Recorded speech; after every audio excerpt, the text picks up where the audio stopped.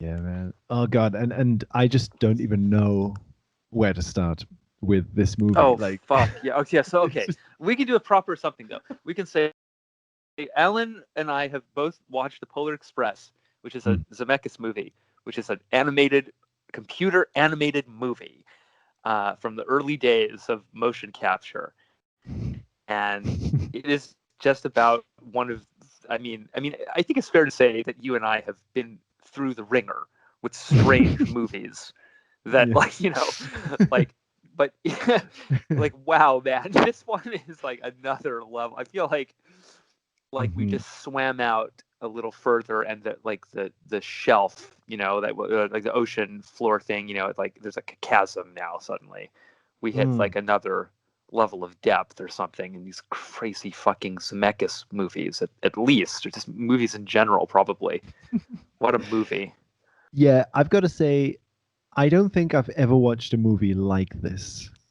Exact. It's so unique. Yeah, it's just, Yeah. oh man, it's so weird. And a movie that, like, for me, it recreates like nightmare territory, like Yes, story so well. 100%. Yeah. Um, there are moments where the movie is doing things that remind me of the kind of camera work that you get in dreams, which is really weird. Like I the know. kind of Yeah. Yeah. No, it's so dreamy. Like it's dreamier than David Lynch, mhm, It yeah. because Lynch's movies are still like, something about the Polar Express isn't cinematic. It's more dream. I don't know how to Hmm, describe it. hmm. No, Like, totally. we're always saying cinema is a dream, etc. This is a bit of a weird thing for me to say, but somehow this is how I feel about it. Like, it's like you say, there's something different about the way the camera moves. It I mean, it's not a physical camera, so that's one thing, right? It can be more elliptic and Ah, glidey and etc. than a real camera would be. But it's something else, something subtler about how Zemeckis is using it. I don't know. It just creates a total hypnotic effect, though, even without the yeah. weird eyeballs on all the characters. Like, just the feeling of the spaces and how you're moving through the spaces. Like, by the time you get to Santa's town, man, like, that stuff is so weird feeling to me. Those Mm. buildings and the the record players just looping Frank Sinatra songs over and over again. You know? Yeah, yeah, that gives me goosebumps. The whole Oh elf man. town is Oh, like the getting Elf to the Town is center of the so. dream. Oh, And, like, give me the willies. it's funny because, like, you're right. I think it's because the movie sits in a weird limbo between being a live action movie that borrows tropes and stylistic choices from live action movies and an animation movie. And Yes. And it's it it's really treads that line, because sometimes it becomes a total cartoon, like with the hot mm. chocolate Yeah. sequence. I'll just be walking around now, and I'll just, like, Tom Hanks, like, chortling that line will pop into my mind. Yeah, no, it's kind of unsettling, I've got to say. Yeah, like um Did you watch? Do you see how their legs bend in that scene when they do the splits? It looks like their ankles should snap. It's horrifying. yeah, yeah. Well, yeah, exactly. Because some of the acting is obviously motion capture. Like you can Yeah, see the actor behind the CGI, yeah. and some of it is obvious, like The Sims kind of sort of polygons It's bending. another weird fractal Zemeckis game, because it's like, it's about Santa as a symbol that's being Mm. puppeted by something else, something transcendental, and then the whole movie is about that. It's like he's literally moving all these puppets around. There's like an Ah, ah, ah, invisible ah. actor inside the shell of that artificial actor or something. So weird. That's cool. What do you mean by like Santa being puppeted by some Well, he says at the end, he transcendent? says, "This bell is a symbol." Santa says, "This bell is a symbol of Christmas, as am I." He identifies himself as a symbol.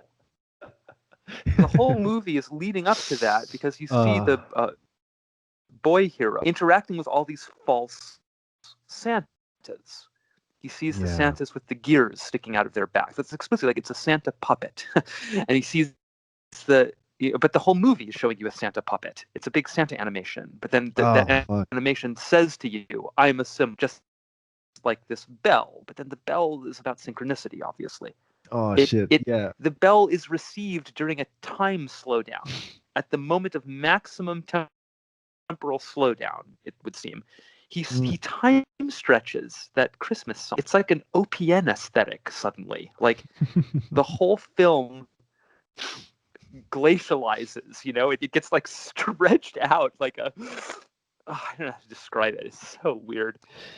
Yeah. Yeah. He's watching the movie slowly. Yeah. And none of the characters have names except for like Yeah. Billy. It's Oh, all Billy! You mentioned Billy. He's so weird. That whole thing is so weird. yeah, Billy yeah. really kind of bothers me. I don't know how to Mm, describe it. Like, mm, mm. that character, he annoys me a little bit, but also kind of concerns me. Like, I'm worried for him at the same time. Yeah. His like song is so annoying to me. That like terrible Christmas song. I know.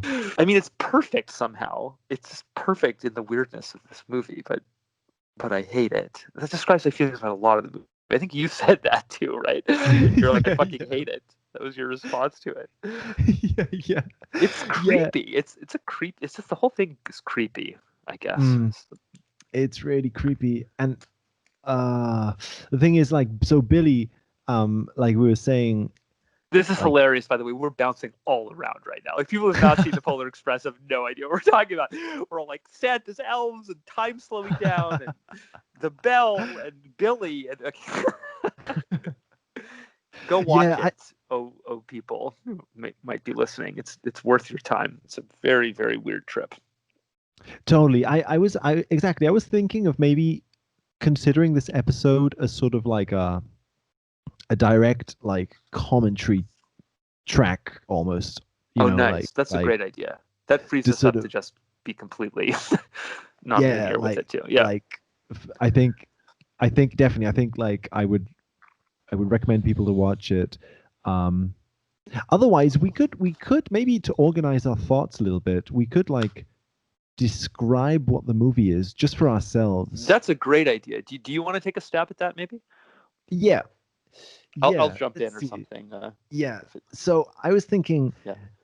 this is like the story of a boy hero who doesn't have a name, um, Is he who called Boy Hero in the credits, or is that like an IMDb invention? Because I saw that somewhere too. I saw that on IMDb, but I'm not sure if the credits. Yeah, Interesting. I'd be Okay, I'll have curious. to check on that. Yeah. And he's sort of like it's Christmas and he's excited for like Santa. He wants to see Santa, which is already Yeah. like a Well, he's like a weird kid like. that's about to lose his belief in Santa. Really, Mm, he's mm, kind mm. of at this twilight of childhood where he can no Yeah, longer really naively believe in the myth of Christmas and but wants to believe still. I mean, the whole thing it's like a metaphor for the loss of the magic of childhood. Obviously. yeah. It's like it's another Zemeckis magic movie in that way. And it's weird also because it seems to be about the loss of belief, um, in a very Yes. in a very abstract sense almost, because Mm. during the movie he learns to believe like in others, in his friends. He learns to believe in all sorts of different things, Mm. as if That's right. he's learning to believe in belief. It has Yes. this weird like feedback loop. Yes. And I think we said in Yeah. our chat, right?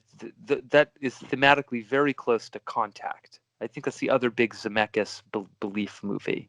Mm. Um, and it shares some imagematics even. I really think that Bullet Train is deliberately recalling the Jodie Foster space machine ride in Contact, the way Zemeckis Interesting. shoots it, and it's spherical like that, and yeah. Oh shit! It is. Watch it with contact in mind. I think you'll really see it. Like once I draw to it, it really popped. It's like he's copying that scene the same way he's copying some of the train stuff from Back to the Future Part 3. Yeah. It was also a movie about the father, Contact.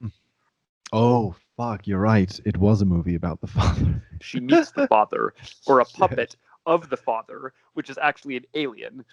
At the end. So it's very similar to the Polar Express, right? Yeah, you're right. What is this? Yeah. Like, that's funny because God, man, I don't know how to begin, but like you said, he's starting to lose his belief in Father Christmas, and the first few scenes are literally him like getting excited for certain possible indications of Santa and then getting disappointed. Like, oh, he thinks that something is Santa, but it's just a shadow, or he thinks that something is Santa, but it's just a noise. Shadows. Are you as disturbed by those shadows as I? Sorry, I'm really interrupting our attempts to but like those shadows, man, they creep me out so much. I don't know. I don't think I felt like. Okay, maybe that's just me. I'll have to think about that. Why that might be. But they show the silhouette of Santa later, and I think it's absolutely creepy because you're listening to Frank Sinatra. That is the singer there, right? I don't really know that era of music that well, but he's singing, you better watch out, you better look twice. Find out who's been naughty or nice, It's creepy, that line. You better watch out. Like it occurs to me like Santa is partly something that parents use to terrorize children into good behavior. It's like it's the threat of revoking abundance. We provide abundance as your parents. Yeah. But you've got to be behaved. You've got to be civilized to receive that abundance. And if you've been naughty, you ain't gonna get shit. That's like that's a huge aspect of the Christmas myth, Interesting. It's like a symbol for all year round. Like Christmas Day represents all days of the year. That's right. We know from Zemeckis' film that the elves are literally recording you in your home, like all year round, and then reviewing that surveillance footage. Like, the hell, like. That's so gross. Like, why would you put that in the movie? Yeah, no, that's disturbing. All these children sleeping. It's weird. I hadn't realized, like you said, that Santa's first appearance into the movie is as a shadow on the floor. That's the first thing we see of him. Yes.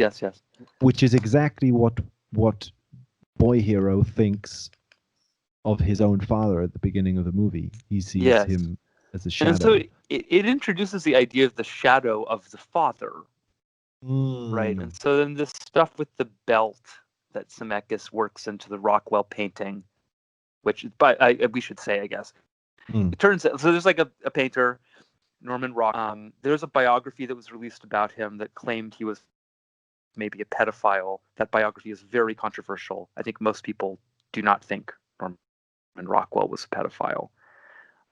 However, Zemeckis takes a painting by Rockwell called The Discovery, which is of a kid finding the Santa costume in his parents', or probably in his dad's dresser drawers, and he's modified it.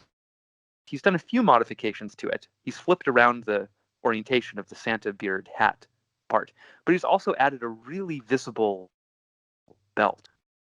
The movie's partly like a 1950s Christmas nostalgia trip. Zemeckis is obsessed with that period. It's when he was a kid, I guess, and it's just a lot of kids got whipped with belts, I think, in the 1950s. So it's an aspect of the collective father from that time that he's placed in the clearly. Because he's modified a famous painting. You don't do that for no reason, probably. Anyway, These are all Yeah. just things that happen in the first 5 minutes of this fucking movie. It makes it so hard to talk about. Yeah. Yeah. Right. So then we could maybe like, okay, so I think this is something we could focus on. Like one of the first things that happens in this movie is that, so okay, uh this kid uh suddenly sees this enormous train appear in the middle of the night, and it's going to take him to the North Pole. And the appearance of this train is marked by this kid accidentally touching his radiator, uh, and burning his hand, and Yes. and it expresses pain. Like he's like pain I is keep already like, thinking yeah. about this. It's so strange. So sorry. Continue. I don't want to No, cut it's off the just thought about pain. oh, it's just because definitely it's weird how this theme. I agree that there's something here about the belt and punishment Yes.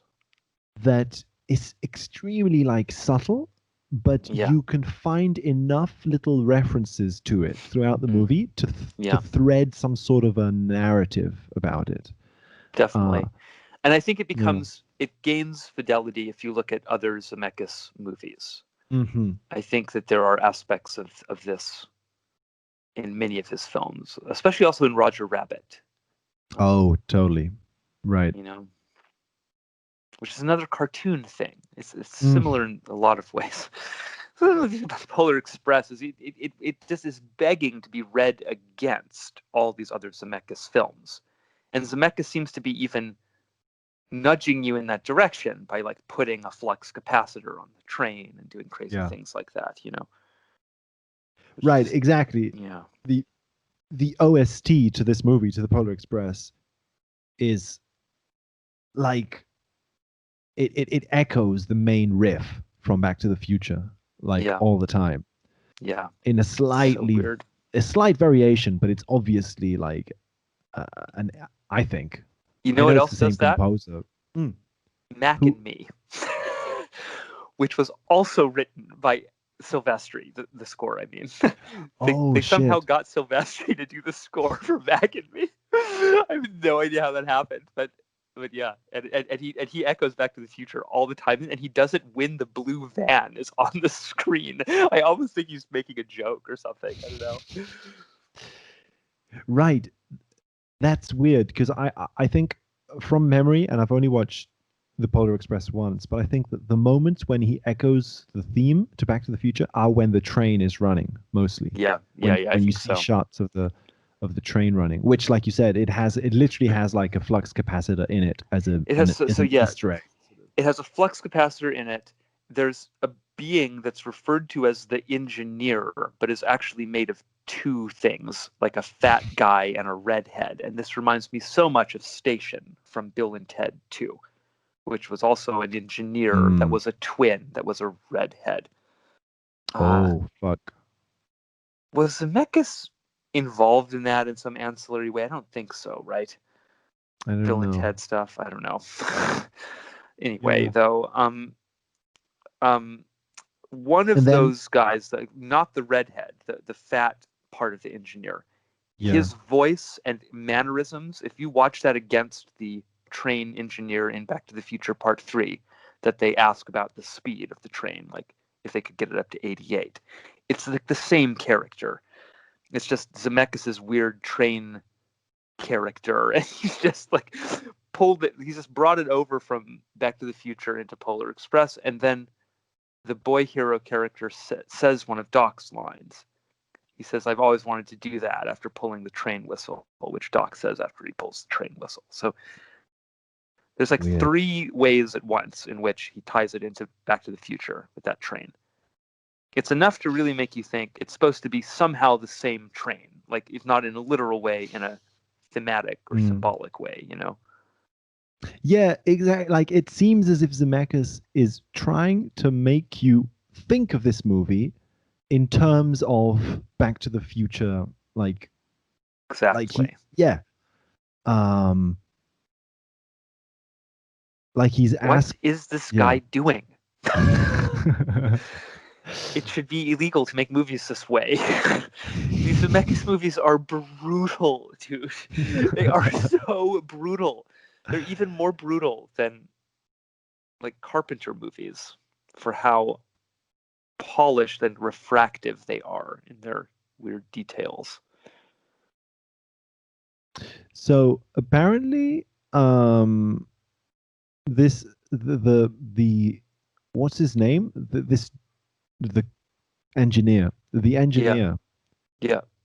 Their names are Smokey and Steamer. Stop Um, it.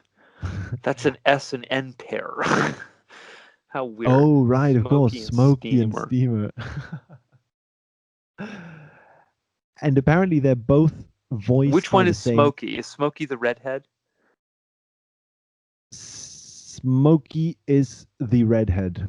Yeah. Yeah, that's it. That's an SN pair. That's bizarre. I mean, they're already that visually, but it's just funny that then they get named that too. I mean, I guess once it's there as an image, they're gonna have names that resonate those aspects too.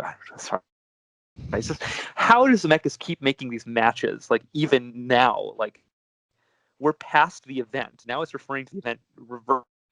Like it's referring now you could make an argument that Zemeckis is trying to like evoke 9/11 with that image set, in the post 9/11 movies. You don't have to invoke anything non-local. You just say, oh yeah, look what he's doing.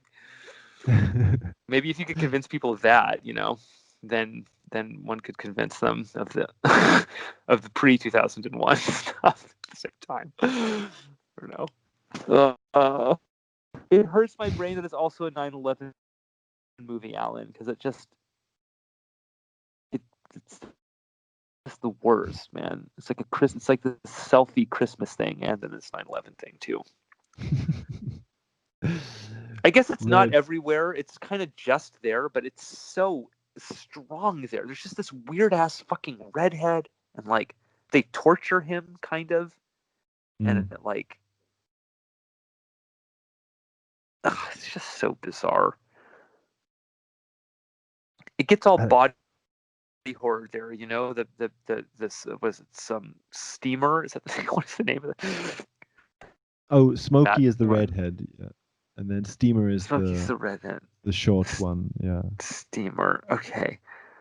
Steamer swallows the pin, and then Yeah. Smokey has to like wallop him on the butt with a with a, Oh, you're a, right. a shovel to like eject the pin. But if you watch that sequence, like the expression on Smokey's face is like he's like enjoying it, like just like a smirk on his face, And it's so funny that it Oh, right. follows the scene where everyone's pulling on his beard. It's like some kind of like sadistic revenge or something. It's just, I mean, it's becoming a cartoon, and cartoons are built out of that slapstick stuff. But also, that's a Mm. choice. Like, there's a reason the movie has to become a weird cartoon there. So Zemeckis can make any kind of movie he wants, right? Why does it suddenly become a weird cartoon? I don't know. That's funny. I hadn't realized he gets spanked there. Yeah, he gets So, the, spanked. It's so strange. so That's and when they're careening off the ice and everything. What the hell's going mm. on there anyway? He's interacting with the bum right before that, right? Isn't that Mm. right? As they climb up the, I'm not Oh sure. yes, I don't remember how it all goes. I think he's interacting with the strange homeless Tom Hanks. So that's the other thing about the movie. For anyone who hasn't watched it, poor you if you haven't watched it. You shouldn't be listening to this episode probably. But it's Tom Hanks voices like 100 million characters in this movie, and probably mocaps like everybody. I don't know. He's Santa. Yeah. He's this homeless stowaway. He's the train conductor. He's the boy's father. He's the narrator, which is like the boy in the future. Which is like, so does he become the conductor in the future, which is his own dad? Like the whole thing's like a closed loop in that way, you know? Mm. It is like a weird time loop almost. Well, I was thinking actually, he is the conductor of the train. So the conductor of the train is Tom Hanks. The child is also Tom Hanks, Yes. and and so And so is Santa, though. and so Sandra, and it feels then as if the conductor or Santa, all these sort of adult figures are like, in a Jungian sense, they're like these sort of ah, like these images that the child has of his self as a developed adult self. I don't know how to say it. Yeah, yeah, yeah, L- yeah, right. like what Philemon would be for Jung, or something like a wise Yes. old version of his own self, kind of thing. And Can we just acknowledge for the moment like how Jungian that whole like Zemeckis's Santa idea is, you know? mm, Because he sits in the middle of this fractal mandala town. mm. Like could be any kind of town, but he's made it this like perfect Jungian town dream with the tree in the middle and all of that, you know. And the elves all Right. congregate in the center, and you know, and the clocks all stop there. It's the eternal center that's in eternity. It tells you that Yeah, with the, you know, yeah, totally. This shit always makes me wonder. So several things. On the one hand, like Poltergeist had this reference to Jung, in that there's like man of man the in symbols. This is in yeah, his yeah, symbols. The actual book is in the movie. So this makes me wonder whether there was an era of like 80s Hollywood directors who were like into Jung. Like maybe it was like a thing. mm, mm. Like I because Bob Gale and Bob Zemeckis both, It makes it, sense. Yeah, they clearly, like, these movies, Interstate 60, Bob Gale's Interstate 60, and this movie, it would be very difficult not to interpret these movies as movies made by people who have experienced synchronicity, or at least read about it, because yes, it's I it's agree. Yeah, it's about like synchronicity. definitively in the case of Bob Gale, because Interstate 60, it's just tells you it's about like Mm. there's no question, right? Yeah. With the Zemeckis stuff, I think it's a little subtler, but I completely agree. Like it's hard to know what the Polar Express is about if it's not about Christmas miracles, but in this Jungian context, you know, it all kind of makes I, sense. Which is like, oh, it's a Christmas miracle thing, but the miracle is synchronicity. That's what this movie's, you know. yeah, Then it's yeah. kind of it clicks, you know. And always, like, obviously that's what makes it weird, because it's not as if the directors, we know, the directors don't need to be aware of Jung's work in order to talk about like mandalas and shit, because Right. that stuff Well, just we've seen so many spontaneous like versions of yeah. right, exactly.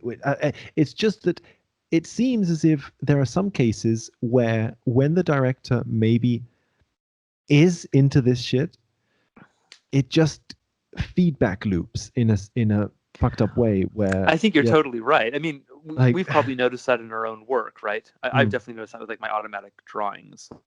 mhm, Like the more I'm engaged with it in that way, the stronger it seems to get. mm, My mm, art probably had little precognitive bits in it all along, but they're definitely amplified now. And I don't think it's just that I'm noticing them more. I really think they're coming through with more fidelity. And you learn how to tune mm, into it better the more you mm. do it, I guess. Yeah, You yeah, know that's true from your dream journal stuff, right? Because the mm, longer you dream journal, the more intense the precog gets. Then you often hit a place where you have to stop. that's pretty. That's pretty like strong evidence, I think, of this kind of build up, psychic build up thing again. yeah, yeah. That's funny, because we were saying how this movie is the first movie that Robert Zemeckis wrote and directed Right. since Back to the Future 1. Did he not Like, write Roger Rabbit? He he did, right? he he he wrote movies, and he directed movies. but he didn't So write maybe he didn't and write Roger direct. Rabbit because he Let's see. directed that one for sure. I'm gonna check. I mean, it's adapted from a novel, but I thought that he did the screenplay. Maybe that's not true though. Right. Apparently, he didn't write or produce Roger Rabbit, but he did direct. Interesting. He just directed it. Wow. Yeah. So you do get this sense with the Polar Express, the way it references Back to the Future and so on. I know that I haven't seen that many of his movies, so maybe he references Back to the Future in many other of his movies, but it feels as if this is another one of those where the psychic juices have just flowed. They've accumulated enough that he is able or needs to write and direct another movie after like a decade or two. I don't know. Yeah.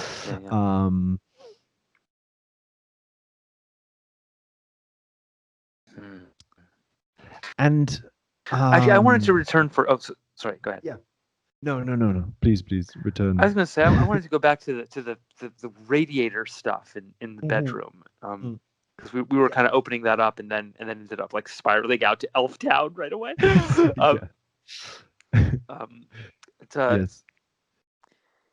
The searing of the flesh, it seems to me, it partly is functioning as like a kind of double uncertainty thing in how Zemeckis is showing you the images, because he shows you the radiator framed from this like extreme canted angle, and you see it blow steam as the train is blowing its whistle as it goes by.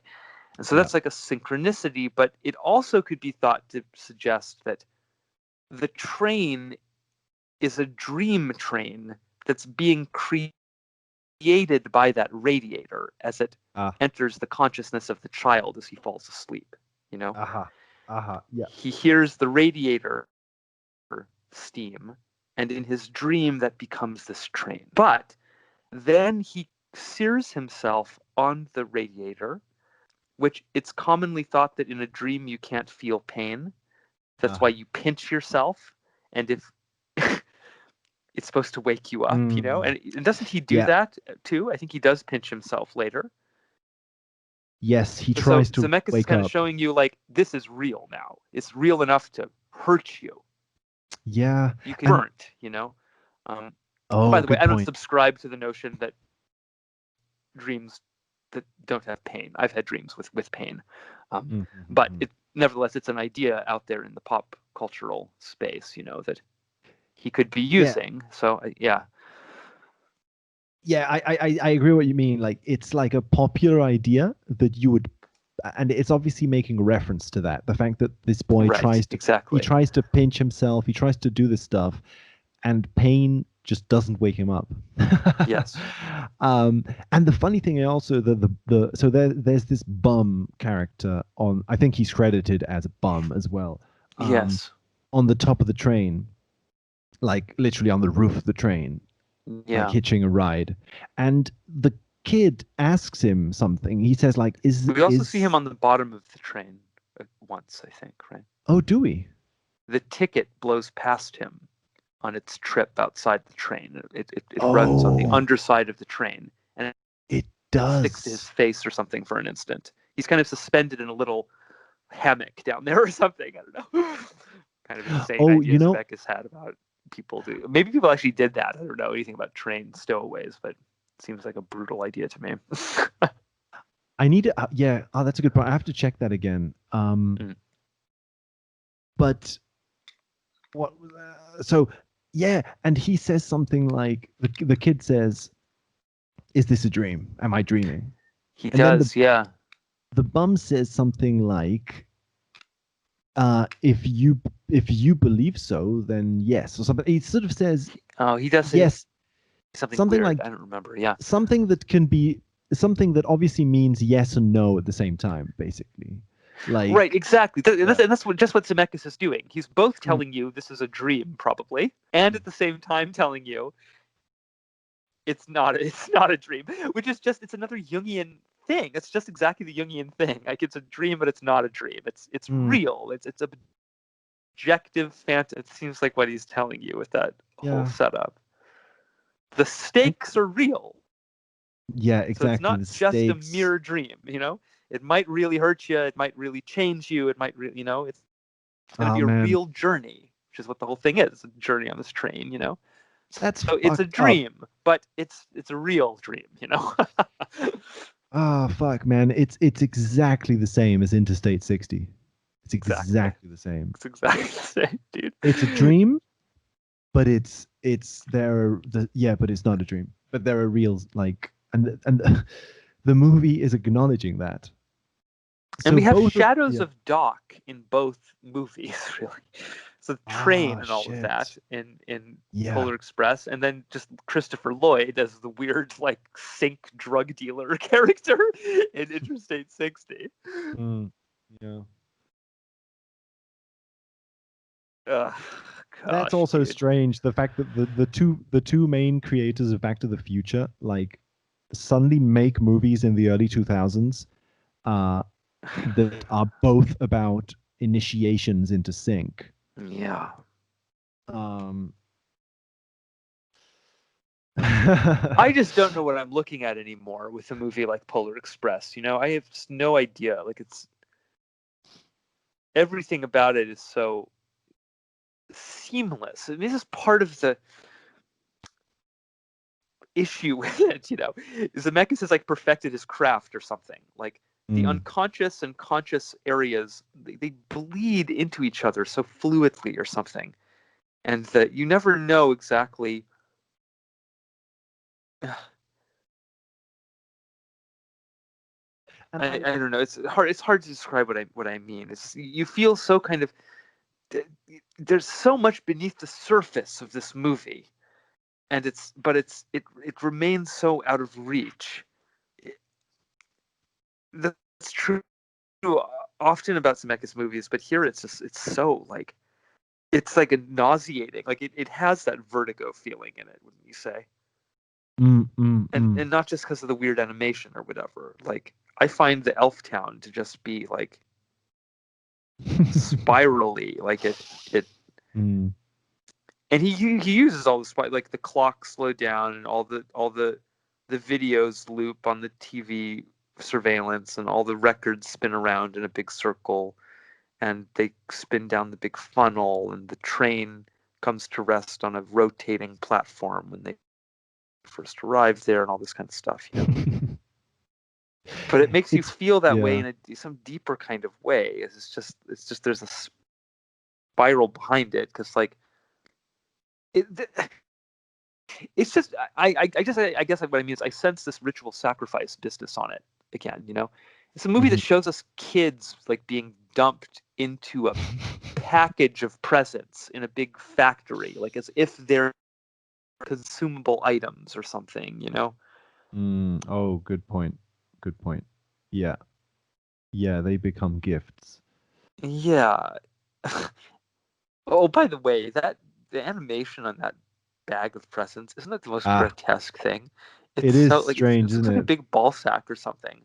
I don't know what to say. I mean, not really. It's because it's this weird, lumpy, porridge idea.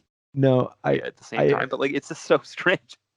I agree. I what I thought is it reminded me of a balloon, a sort of, it's like a flubby kind of balloon vibe, but it's supposed to be like a sturdy cloth sack. Yeah, it really bothers me whenever it's on screen. That even more than the hot chocolate sequence. It's just something about that bag.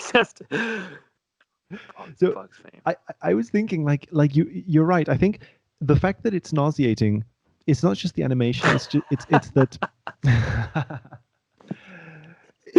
Or Zemeckis. Yeah, but see, that's the funny thing, that I don't know how to interpret this movie, because like we said, it seems like a lot of the creepy energy is done on purpose.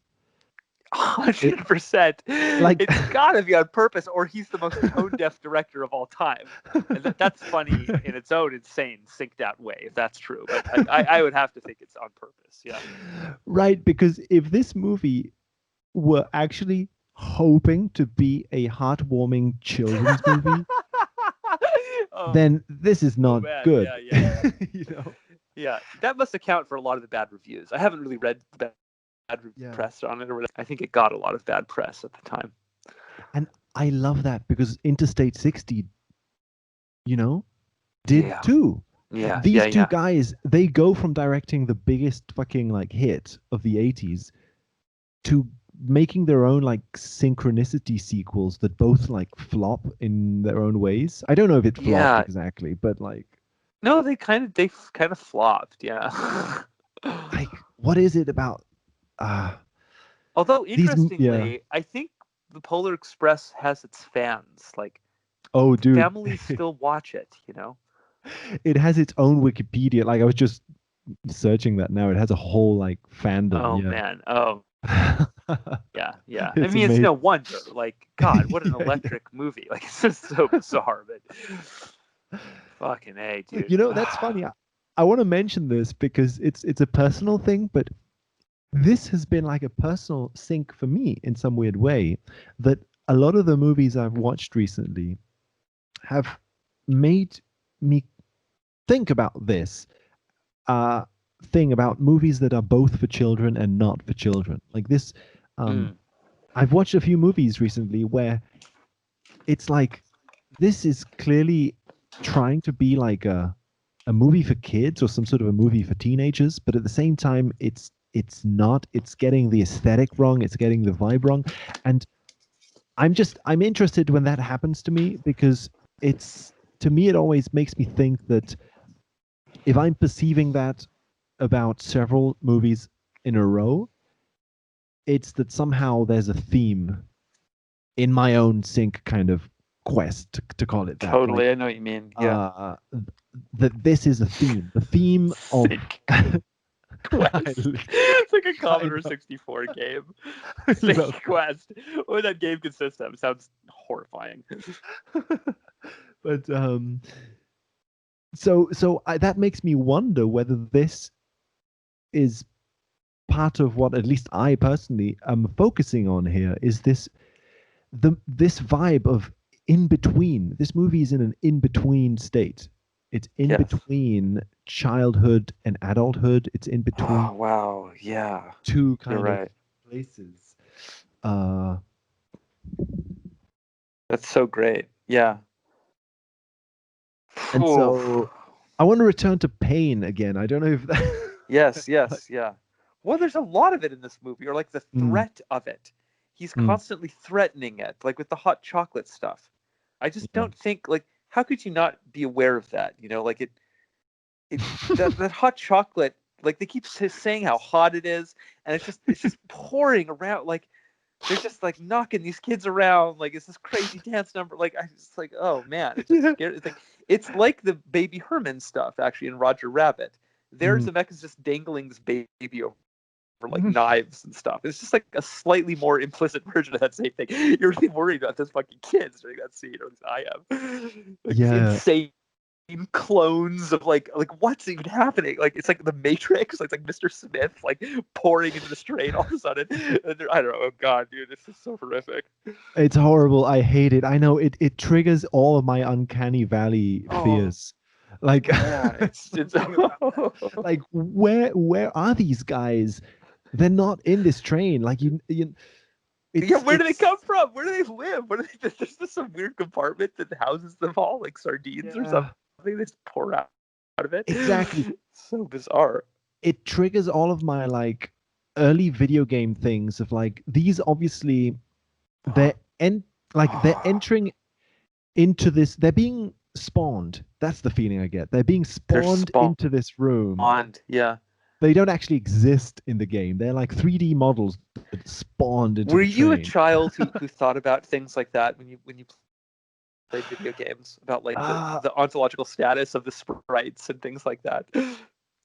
I I guess so. I Because have I like was, yeah. That's interesting.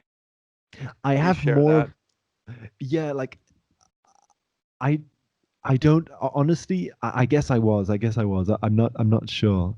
Like I mean, it's I some wasn't yeah. thinking about it in as abstract a way as I would think about it now, of course. But I was just interested in those little worlds and what that meant, and I had questions about like what happens when you turn off the video game system. Do they still exist? Like their code on this thing? What does that mean? Like it's just weird. They're weird things, video games, you know? Yeah, and I was always obsessed with the background of 3D video games. Like to me, you know, the places that are obviously not fully rendered, but they Yeah. pretend to be. That's such an interesting. Yeah, it becomes like an amusement park facade back there almost, or something. Mm. I mean, I don't know what that is, an Yeah. amusement park So facade. What I mean is like a movie set. It becomes clear that it's like props yeah, situated yeah. for effect. Mm. It's like the Truman Wall, you know? Right, exactly. That's exactly. Dude, that's funny. That's why shit. I think that's why we were probably obsessed with this stuff because we were, you know, in some sense, we were obsessed with the Truman Wall. Not the literal like movie, but like Totally, with totally. the Yeah, yeah. No, absolutely. um yeah. God. So this movie is a lot like that to me. It just has this horrible feeling of things just don't quite like things kind of like spawn into existence, but at the same time it's all fully like live action. Shaded, and yeah, it's so bizarre. It's a like it doesn't help that it really looks like a video game cutscene thing too. Like it does kind of put me in a video game headspace somehow. Hmm. So I was thinking, like they get threatened with the hot chocolate, like the hot, Threatened. and That is exactly the right way to describe it, but probably no one else would describe that scene that way. But yes, when Tom Hanks is threatening the children with the with hot chocolate. the hot chocolate, um, and then later, the protagonist is trying to is climbing on the top of the train, and he's desperately trying to get into the like engine of the train, Oh yeah, the yeah. engine compartment. And in another sort of synchronicity moment, he gets into the engine exactly as the train is entering into a deadly tunnel that is so Oh gosh, that's it's right. I forgot those were so tightly timed, but they totally are, so huh? the tunnel is shaped like a mouth, like a beast's mouth with Yeah, spiky teeth, right. and it would kill him if he didn't descend into the train in time. And as he descends into the train, he descends into the coal pit, like this Yes. mountain of coal that fuels the flames of the train. So it's almost like even though he hasn't been literally killed by that tunnel mouth, he Mm. has symbolically fallen into hell, into the flames, Into the into like, volcano. mm, yeah. It's also what Zemeckis does with the oven with Roger at the beginning of Roger Rabbit. Oh, right, totally, totally. And it's the oven, exactly. It's the oven. It's the hot chocolate, Yeah. the radiator The he gets burnt radiator. on. It's just, yeah. It's so funny because I've been looking at Back to the Future recently and thinking about how the relationship that exists between Marty and uh, Einstein, Mm. because they're the two that go through the time machine. You know, Einstein goes through first, and then Marty goes through. Hmm. So it's sort of like Doc puts the dog in an oven to cook it because the flame, you know, the DeLorean like it generates fire, and then Marty thinks the dog is dead. You know, he's like, you disintegrated Einstein, where the line is. Ah, yeah. Yeah, But yeah, then yeah. it's like first it's like an animal sacrifice, but then it's going to be a human kind of child sacrifice because Marty's like 17. Mm.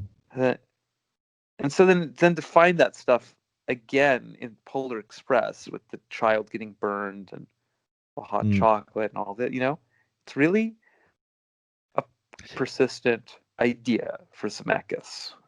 Right, like I see what you mean. The vehicle, the Yeah. DeLorean, the train is a space that gets filled with flames. Yes. Yes. Exactly. That's how you travel Yeah. to the future is by being burnt. Yeah. Yeah. um, and uh, and so we mentioned also how Santa is literally someone who descends down chimneys into fireplaces. So Yes. Yes. his whole myth is one of falling into the flames, and he's like, I know people say that Hell, originally, it's, right. Satan's like so on this character in such a weird way. Like, what is up with this Christmas stuff anyway? I find it Mm. all just impossible. It's funny, man. I was thinking of the Satan stuff, and I wonder if I can share it. It may be a bit of a detour, but um, that this. So Santa, exactly. Santa is Satan in the sense that, uh, just in these basic senses that he's like red. I know that I think originally he wasn't red, but just the fact that popularly he's seen as a red character, Totally. Yeah, I he's a think is red enough. character. Yeah. He's a red character. He descends into fireplaces, etc. But the thing is that so in this movie, um, we spoke of how the the kid sees the train through his window, and it shines such an enormous amount of light into his room Yeah. that it looks like a movie screen, like a Yes. Yeah. projector. He's looking at his window and it doesn't look like a window. And especially since the fucking carriage windows in the train create this like frame by Film frame. strip kind of effect. Exactly. Yeah. And I agree with you that this is it so obviously echoes that. He's looking at Yeah. a movie theater. Yeah. Yeah. Yeah. That's where he's going to see this dream. Totally. Well, it's the same stuff in part three because there's Mm. Joe shows that in Back to the Future predicts like the cinema screen, like Marty just driving towards that drive-in um, Mm. Mm. movie Yes. theater. When he teleports in the fire vehicle. So Yeah. it's just Yeah. the same. Yeah. So I'll develop it as it goes along. I don't want to like just mm, dump a bunch of things here because I don't think they won't. I don't think they'll translate that well. But I Okay. just Well, I think mean, I'm happy to hear them. But if you think for the sake of the podcast, then I'm happy to not well, hear them as well. like I was just thinking that so that's how I'm connecting Santa to Satan in the mythological sense that Satan is Lucifer, like Yes. light. Yeah. So there's something about light, strong, and light is fire as well. Light, Yeah. fire, Yeah. Yeah. that I think connects to Santa in this movie in some way as the visual spectrum or something. What you Mm. can see, the the light spectrum in some way. I don't know Yes. because he's got a rainbow whip, which is Like they could have just not given him a whip. You know what I'm I, saying? Like, there's really no reason he's gotta have a whip. Like, it's amazing. so then they give him this whip, but Yeah. then, as if to soften it, they make it this magic rainbow whip. Like, but to me, that is just the craziest thing. He's like a dark magician with a magic whip. Like, what have you done? Oh Crazy. man, I hadn't realized that that's to soften it. I think so. I don't know. Don't you think? I don't know. I think you're right. I think you're right. It's to soften it, and yet to me, it seems like a super like hardcore RPG villain kind of. Exactly. Well, to me, it just has the effect of like hyper emphasizing it. Like, wow, we really want to notice the whip here because it's the most like vibrant thing in the shot, you Mm, mm. know? Yeah, and Maybe yeah, Zemeckis really has no idea what he's doing. Maybe he really just is making terrible movies. I don't yeah, know. he's just riding the vibes. Yeah, but, yeah. but so the rainbow, obviously, like the rainbow is the light spectrum. Yes. It's all of the tones of the light spectrum that we can see. Um, He and also pulls yeah. audio into it with the bell and all that, you know? Oh, It seems dude, like yeah. it's a multi-sensory metaphor, which makes it even more complicated to think Mm, about. yeah. Yeah. The whole bell thing reminds me of fairyland I mean, Uh, literally, like in mythology. I know that there's this idea that upon entering fairyland or being in contact with fairies, you hear bells. Um, and I wonder, actually, I would be very curious to know if that's why Santa is associated with what are those bells called? The oh, Christmas bells, like sleigh bells. sleigh bells. I don't know, maybe probably not, but I see because Tom Hanks continues to hear those bells into adulthood, and it, it has this vibe of it's a bell that isn't actually I playing in know, the yeah. I mean, doesn't that yeah whole idea just have like madness on it to you though? Like mm, it's like mm, the mm. ringing of the bells in your head forever. Like it's it's Yeah, insane. Like it's just like losing your marbles.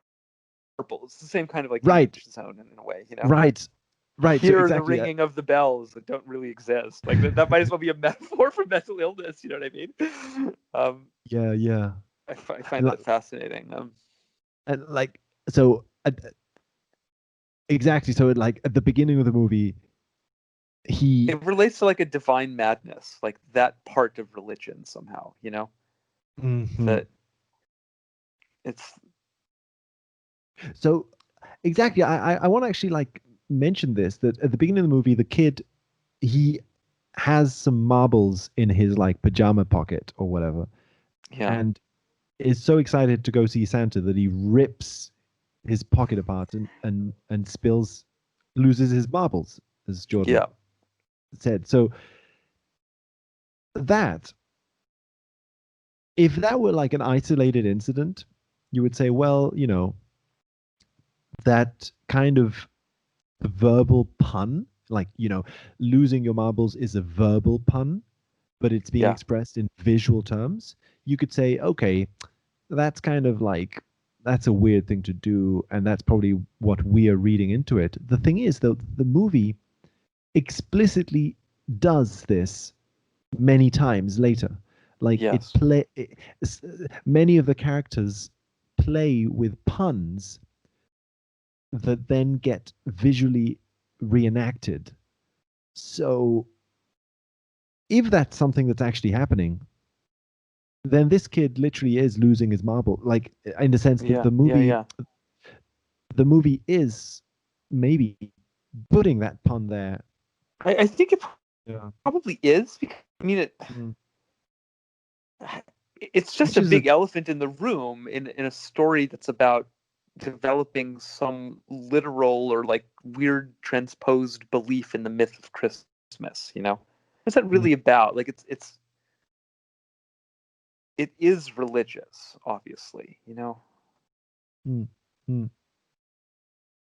Yeah, it It's has about this. Christ, I guess. Yeah, And yeah, and Antichrist.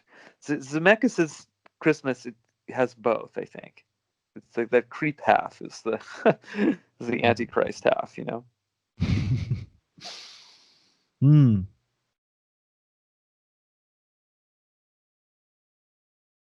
God, yeah, I don't even know what to say.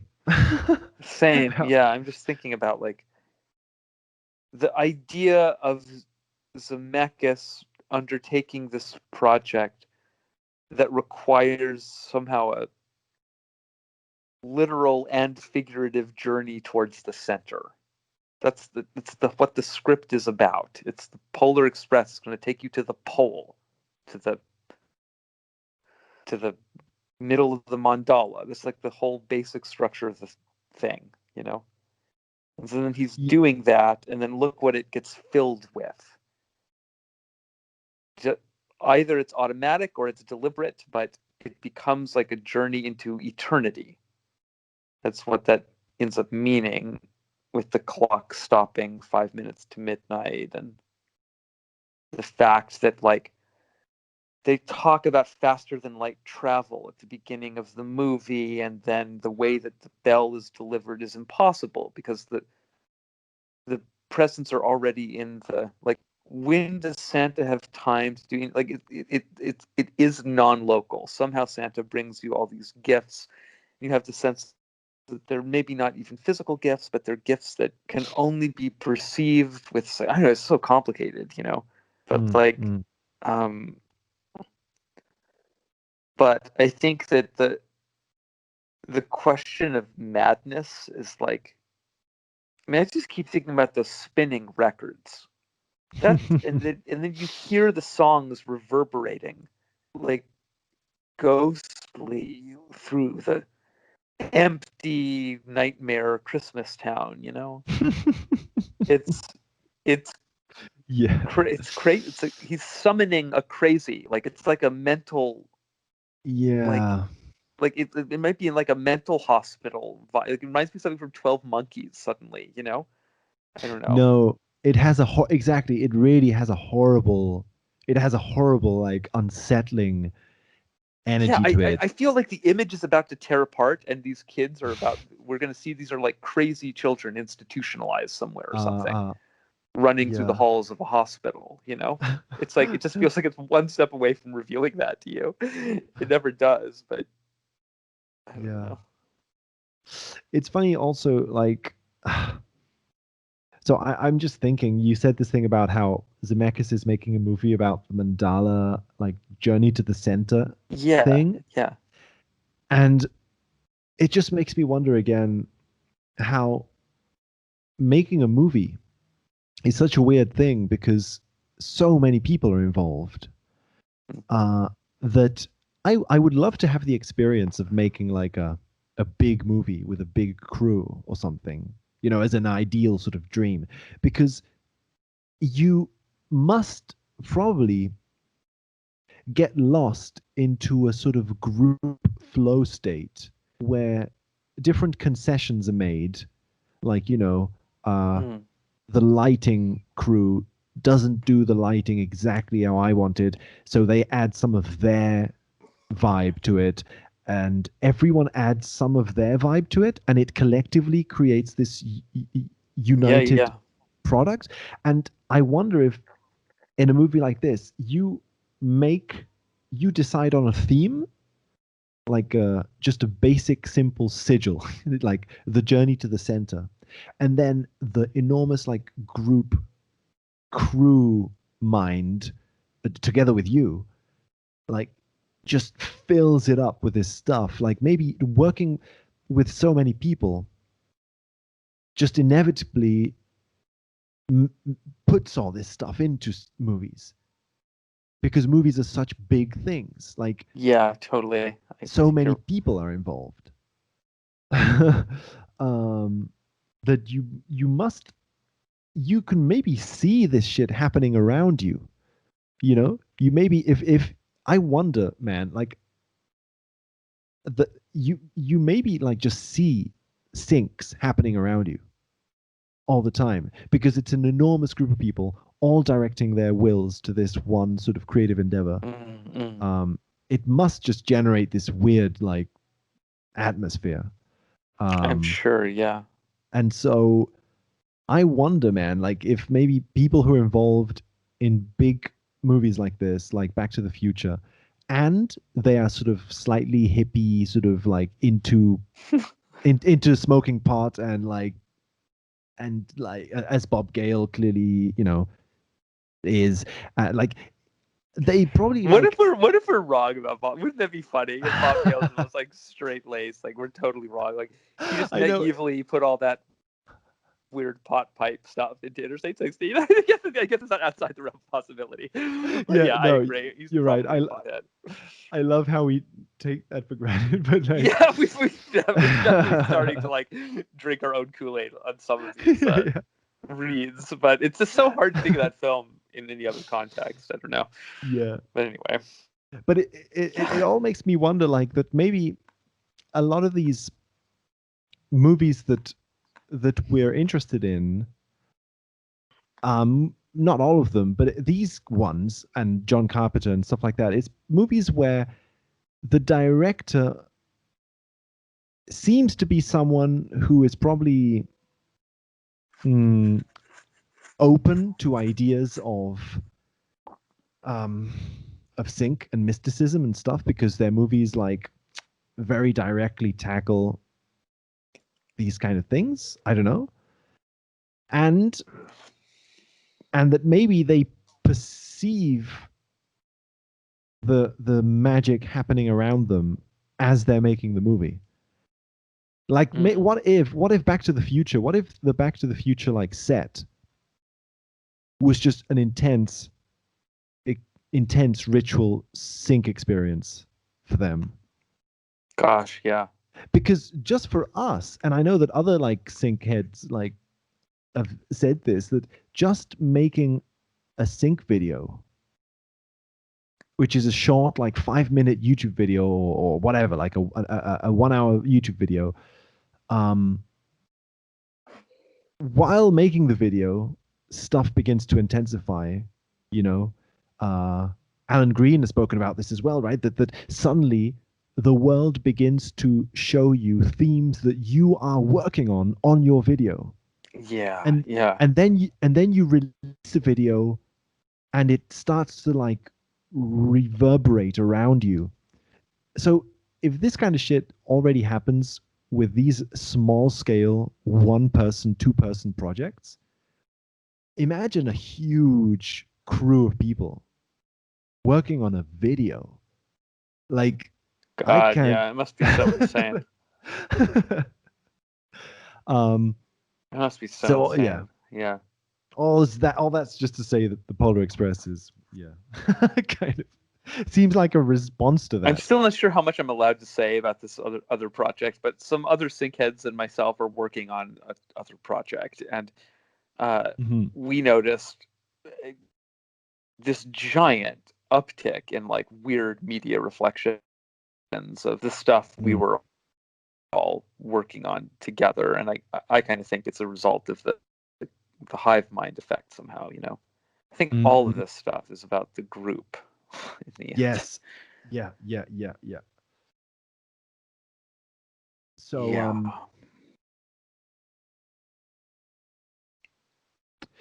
I have some thoughts about Billy as well, because I'd love to hear them. Yeah, Billy's interesting. I agree with what you said. That like he seems like he comes from poverty, and but it seems like maybe it's even worse than that though. Like he seems like he has some trauma around Christmas. Yeah. See, okay, that's the weird thing. This is where the movie begins to get really weird, because the all this stuff about like the belt in that painting and stuff, all of that is like subtle, like background stuff. Yeah. At least for from the perspective of a conventional non-sync head audience. Oh, absolutely. No one... The evidence of that is I can't find anybody mentioning the fact that that's a modified Rockwell. As far as I know, we're the first people to notice that. Right. That's funny. Exactly. So this is something that like no one would even consider a part of the movie. They wouldn't even say, if we told them this. Yeah. To me, it's like a big smoking gun, but that's right. One would not accept it as evidence of anything. Like if we went up to people and said, hey, this movie seems to be talking about like child abuse or punishment, or fatherly Something, kind of trauma at violence. least, Yeah. And we said, look at this painting and the belt, and look at the coal. He falls into the coal thing, and people would say, what, what are you talking about? None of these things have anything to do with trauma. But then Billy, I think, is very difficult not to read that into him, because Totally, yeah. it's the classic Christmas story of like someone who has not enjoyed Christmas in the past. He clearly has some trauma around it. Like he says Christmas just doesn't work out for me or something. Like he has some bad memories about Christmas. And it's like you say, it seems like it's not just because his household like there wasn't a lot of money, and so it wasn't like a very present rich Christmas or whatever. It's not that. It seems like it really was like an unpleasant Christmas.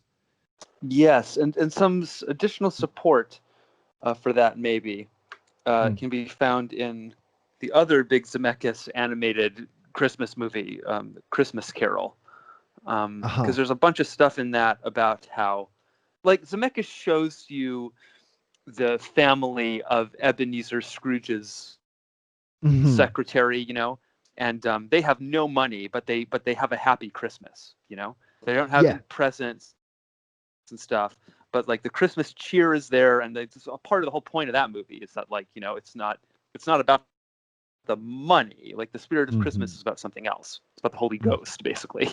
And so I agree. I don't think Zemeckis would put that character in there in that way. Yeah, I see what you mean. Yeah. Just to say something about commerce or gosh, sucks that you can't have presents. It's obviously about more than that. Yeah. Yeah. So it seems like he has, like, the few intuitions we get as an audience is that there is something in his household that is traumatic. And since the movie also like just makes so many references to fathers in some way, Father Christmas, totally, the kid's father, like suddenly all those small details in the background, the belt, they get given like more intensity, because like, okay, the movie, because you could talk to a non-synchead audience about this whole Billy thing and you could make this case, and I think that maybe someone wouldn't agree, but I think a lot of people would say, okay, sure, this character seems to be someone who maybe has a violent father or a drunk father or something. Like, it seems to be implied. So then, if the movie is explicitly saying this in such a way that non-sync heads could see it, why, not why, but then the whole minor detail stuff, the super subtle stuff, clearly exists within this narrative. Yes, right. And then they become like a surrogate family for him, like boy protagonist and girl protagonist who don't have names become like parent figures for Billy, who has a name. Totally. I find that so interesting. It's like it's a little representation of the family unit again. Yeah. Such a Zemeckis thing to do. Every little part seems to reflect the other parts.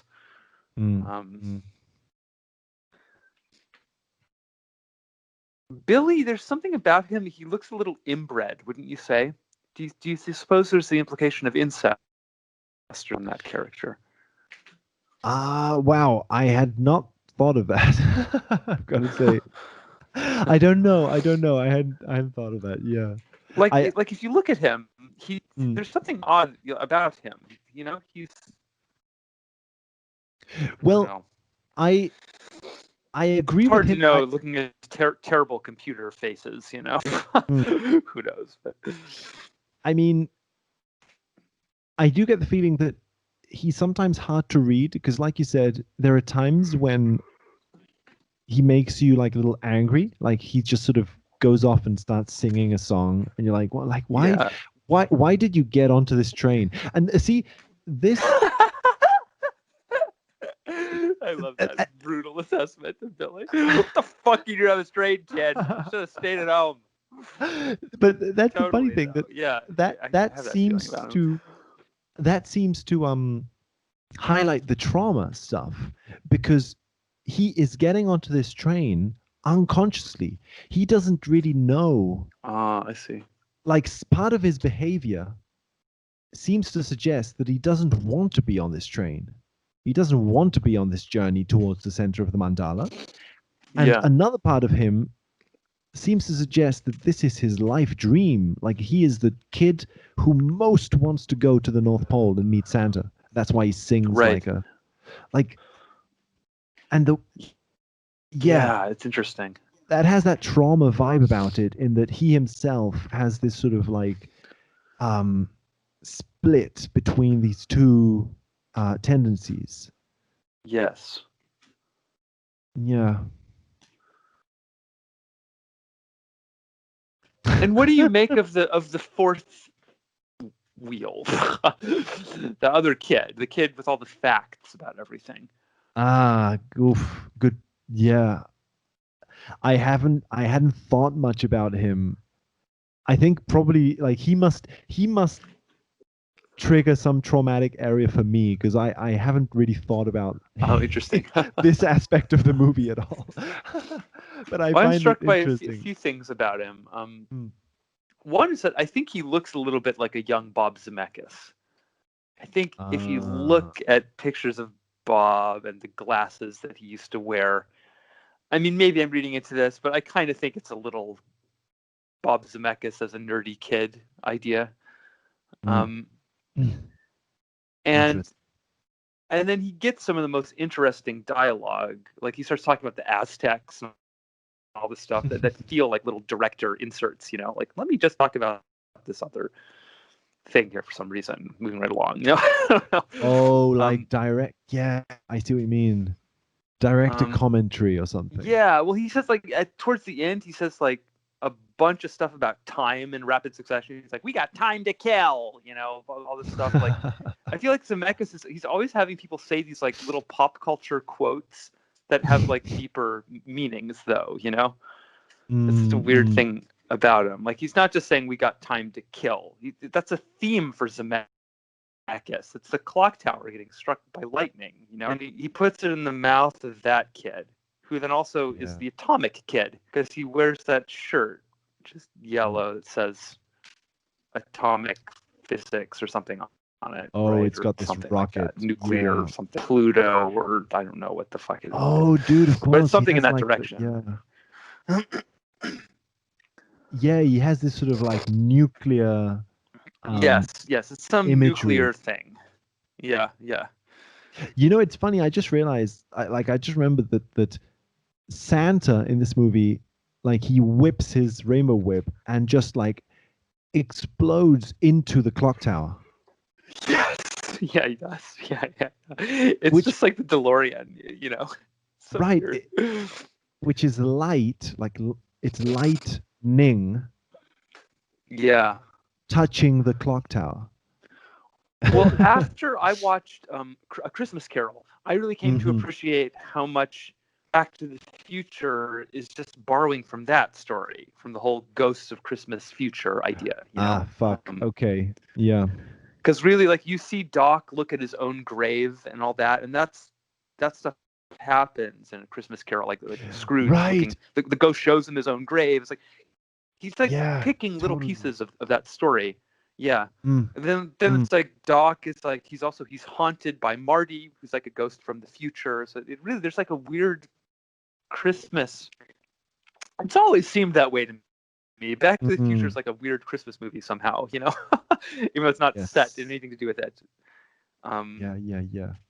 In Gremlins, like another Courthouse Square movie, it really becomes a Christmas movie. But somehow that energy is already there. I think it relates partially to the fact that Zemeckis shoots the Twin Pines Mall in a way that makes it look like a frozen lake. See all that blue reflection ground, you know? It makes you think you're a little bit in winter.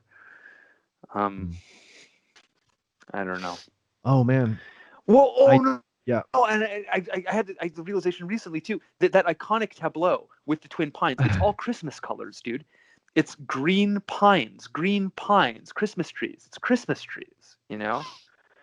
It's Christmas trees, and then you have the red on the clock, and right.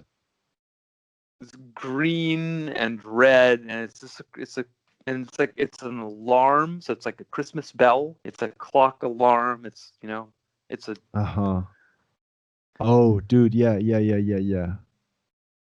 It's like it just is already this kind of Christmas image, and then it's just like what's at the center of Bob's mandala in Polar Express. It's a big green, so it's the lone pine. You know, it's all connected in that way. Oh, dude, fuck! Of course, it is a lone pine. It's the Christmas tree. Yeah, funny. Jesus, and yeah, and this is just like a stray thought, but the whole Christmas Carol thing is about three ghosts, right? Ghosts of Christmas past, present, and future. So the whole sort of like flux capacitor, like Trinity. Totally. Yeah. Thing. Yeah. That's funny. The sort of Hecate thing. Yeah. Well, and the fact that the three films basically do that, like the first one is about the past, the second one's kind of about the present with the alternative 1985, and then, well, I guess the third one is about the deep past, so that no longer tracks. But I guess you kind of have past and present and future both in part two, and then part three is just off in its own weird eternal train teacher falling into the ravine weird metaphor universe. God, that's a weird movie. I still don't know how to make sense of part three, really. I wonder if part three is about like moving into the future where like welcome to the future. Oh, it's yeah, like you're finally moving towards the future. Like you've dealt with the past, and now you're sort of moving on, kind of thing. But it's a weird, God, man. This is another theme I'm encountering recently in my own stuff. It's the theme of weird fringe characters like Doc being normalized at the end of a saga. Like suddenly he's like he's married to, like, it's the sort of monogamous marriage, and then they sort of like go off into like the distance, and this stuff always makes me wonder what is happening there. Is it simultaneously a symbolic representation of actual like integration of some sort of alchemical marriage, while also being like the opposite of that, a sort of repression of fringeness that allows the problems that fringeness represented to end. Like they just get buried under, Doc just becomes like a status quo kind of citizen. I don't know. I'm being too cynical there, but no, I see what you mean, and I think very often the intention is to do the latter, is to make it, is to whitewash the character, but the unconscious ends up putting its little jokes in there, you know? Yeah, yeah.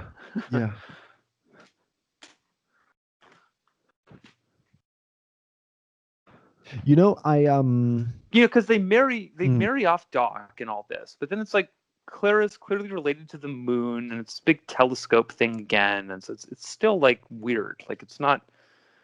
normal in any way. Like Doc has to travel back to the Old West to find Yeah. a bride, and then the bride is like some moon telescope metaphor. It's like, okay. Oh, yeah. You know, this is weird because it always feels as if the more that a movie tries to whitewash something, the more the those whitewashed images symbolically resonate with some dark, Yes, yeah, yeah. culturally taboo unconscious. Yeah. Um, it's like it's a direct and opposite kind of force. The movie is consciously Yes. trying to go one way, but it can't do that without activating all sorts of archetypal energies that tell the opposite story, that tell exactly another story. Totally. Yeah. um, I don't know if what I'm about to say even makes sense or how relevant it is or isn't, but I was mhm. thinking sort of maybe adjacently to that about like the term soy boy, and Oh like how yeah. it's like okay, that's used to like emasculate people, by sort of saying like you don't drink real milk, so you're not a real man. Aha. Right. You drink fake milk like a fake man. But Mhm.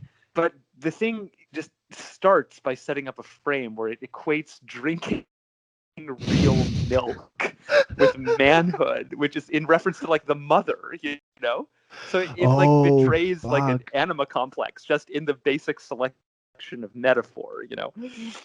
Oh man. I hadn't thought of that. That's funny. I just sort of like I I had encountered that word like a lot, but I just very recently learned what it meant actually. Mm. Um, that's funny also because drinking milk is like such a exactly such a childhood thing. Not just in the like breastfeeding sense, but in the sense of it has this sort of like school. It's a Uh, fantastic insult, like soy yeah, boy. Like I wonder who conceptualized that, because wow, yeah. stuck around. It's funny. Because it's God. What am I trying to say? It's like recess uh quarreling kind of thing with very young children Yeah, who don't drink yeah, alcohol yet. exactly. It's Yes, yeah, yeah, pre-alcohol. yeah. Like, huh? Real adult boys drink milk. Oh Like, God, and this relates back to the hot chocolate and all this. We have the uh, cup of hot chocolate, which is a form of milk, and then the mm, cup of Joe, which somehow exists in it's like an adult version of the chocolate milk. But like, eesh. Yeah. And it's served like on the top of the train, like the forbidden area. Yeah. totally, yeah. We never see Coffee. liquor, but Mm, but it's sort of implied in that sequence. Chocolate milk, coffee, and then like booze would be the next like adult mm, mm, mm. step. Yep. Yep. Ah, that's funny. God. Yeah. And it has the sock in it, like the dirty sock. Oh yeah, yeah, yeah, yeah. How weird is that shot of the ringing of that Mhm. sock while the kid Yeah.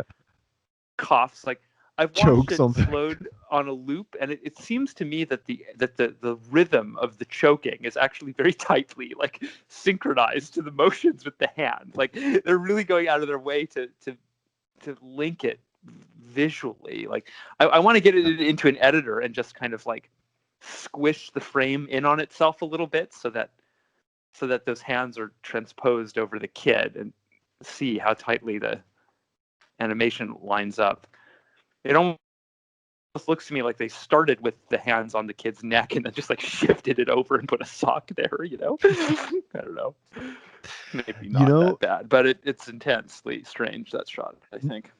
yeah, I think what's frightening about that shot is that I think I completely agree with you on that. I think the Mm. ringing of the sock is synchronized with the choking. Um, Yes. and this is something that you can only achieve with animation. Only. Yes. Because Yes. it's I mean, you would need Stanley Kubrick levels of precision to get that. And not even that. It's like you say, it's as if That literally sock like comes out of nowhere too. Like you watch that shot, the kid's like about to drink the coffee, like then as soon as he starts choking, like suddenly, like the sock gets whipped out by this guy. It's just Mm, so mm. funny. It's so kind of clumsy almost in that way. Yeah, and this is funny how with animation movies, that's what's frightening about them is that I think that people who make animation movies can't avoid doing that kind of stuff because it just must be so um, satisfying to synchronize stuff. Like in animation movies, the rustling of the trees is often like rhythmically synchronized with Totally. Yeah, the yeah. the steam from the locomotive, because everything in the world, everything in that animated universe is like bouncing to the same melody. Um, and Merry so, melodies, right? That's what they called those early cartoons. oh right, yeah, yeah, yeah. It it feels as if they, in a twisted way, it feels as if they could have synchronized the ringing of the sock and the choking of the coffee without even being aware of the implications of that. Like maybe I hope they were I because it find makes it that more interesting. very, very hard to believe.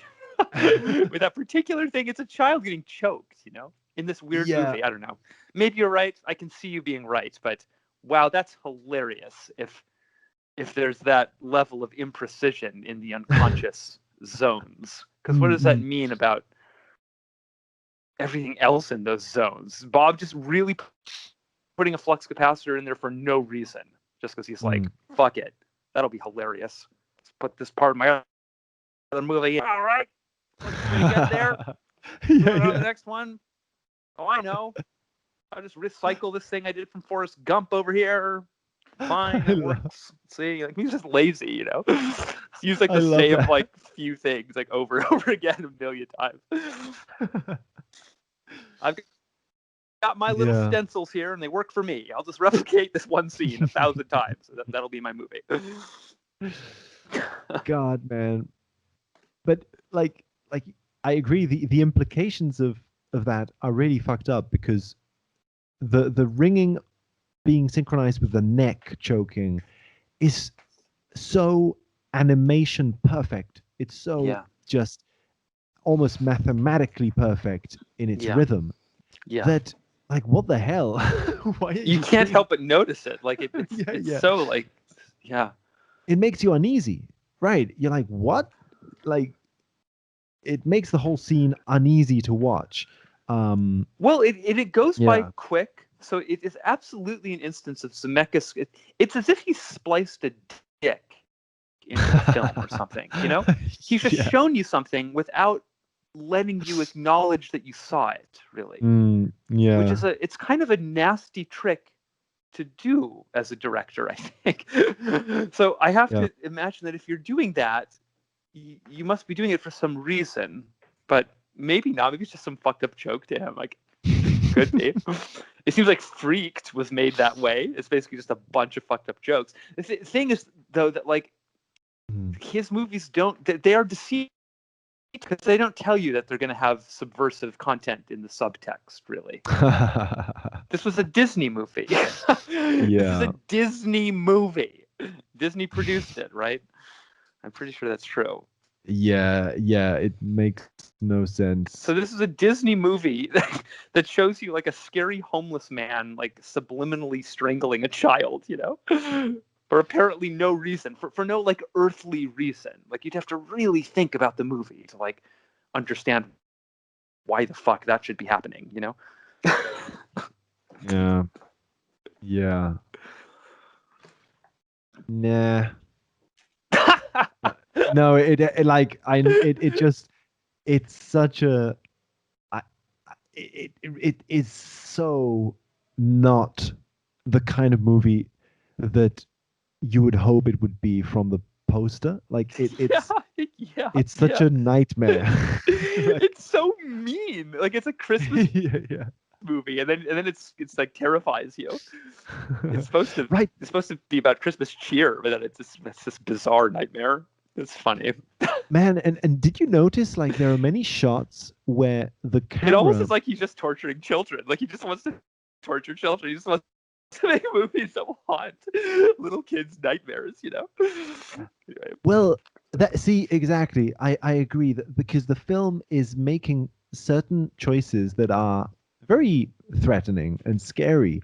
Yeah. Um and I mean I love it, but like it's like there's the train, man. Did you notice that he shoots the train several times from the ground in a way that makes that the central like snow shoveling bit of the train that's like a spiky um Yeah. like jaw at the very bottom Yeah. of the front of the train. he Yeah. he films that many times in a way where that spiky bit of the train runs over the camera at the same Ah, time yes.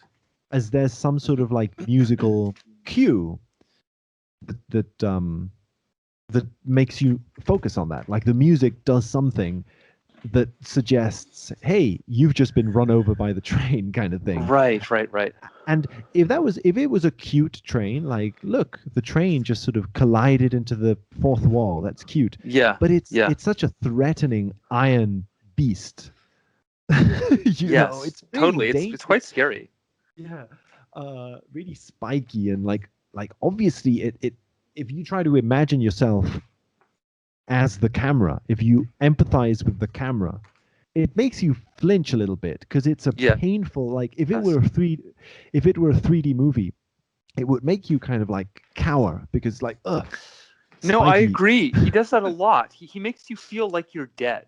He positions the camera under the ice at the end, Like what's going on Totally. there? When the Yeah. kid picks up the bell, you see that from underneath the ice. You're like a corpse beneath the ice. Like That's fucked up. Yeah. Yeah.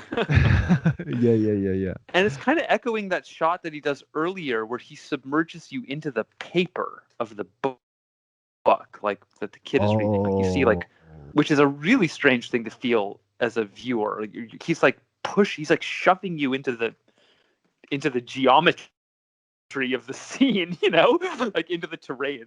You're like a video game character clipping into a boundary that you shouldn't be in. Yep. Yeah. I don't know what to make about that, but it's just he uses that trick exactly twice in that first shot, and then he uses it at the end.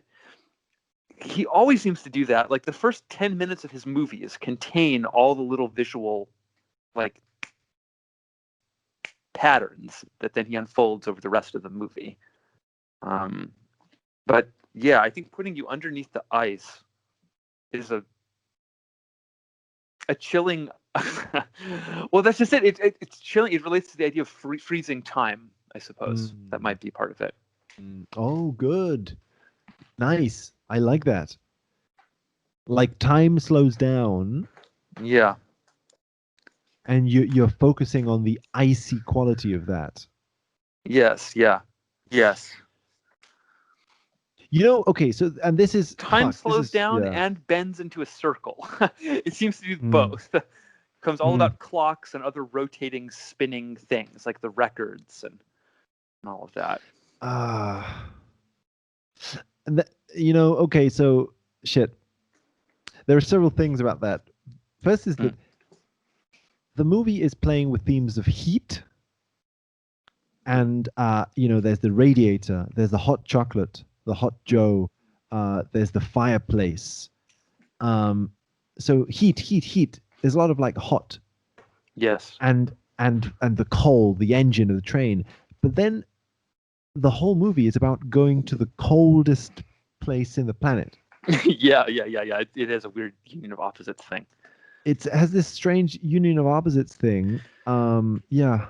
It's almost like an inverse of what happens on Christmas, because I'm thinking about like the fire in the center, which is the fireplace. It's like the hearth of Mm, the home.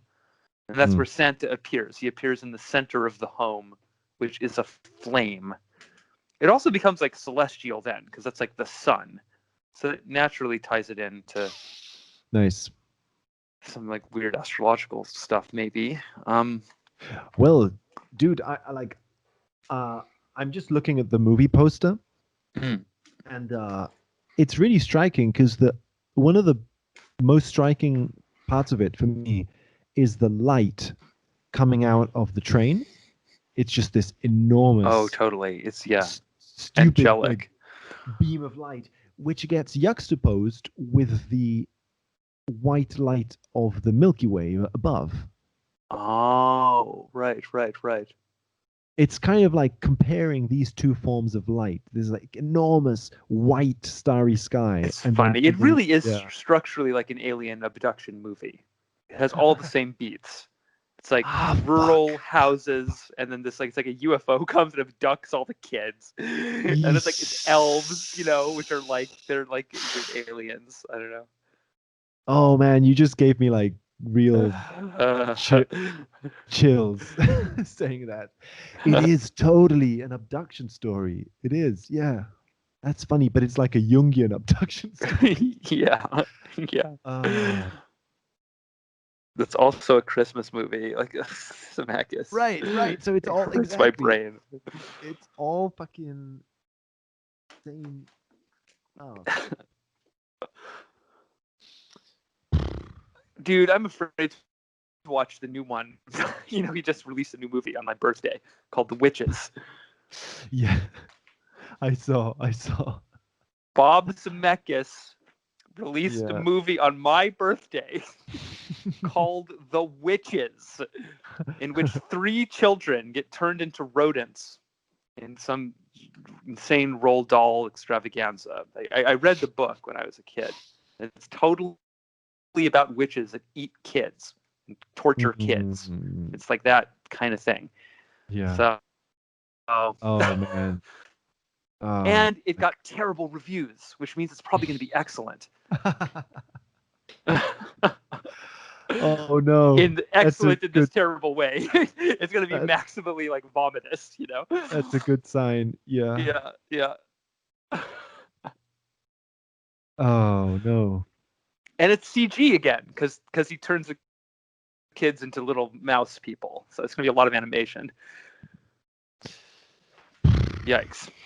Anyway, God. that's for another day, I think. I don't know if I can handle that this weekend. Yeah, man. I wonder elves.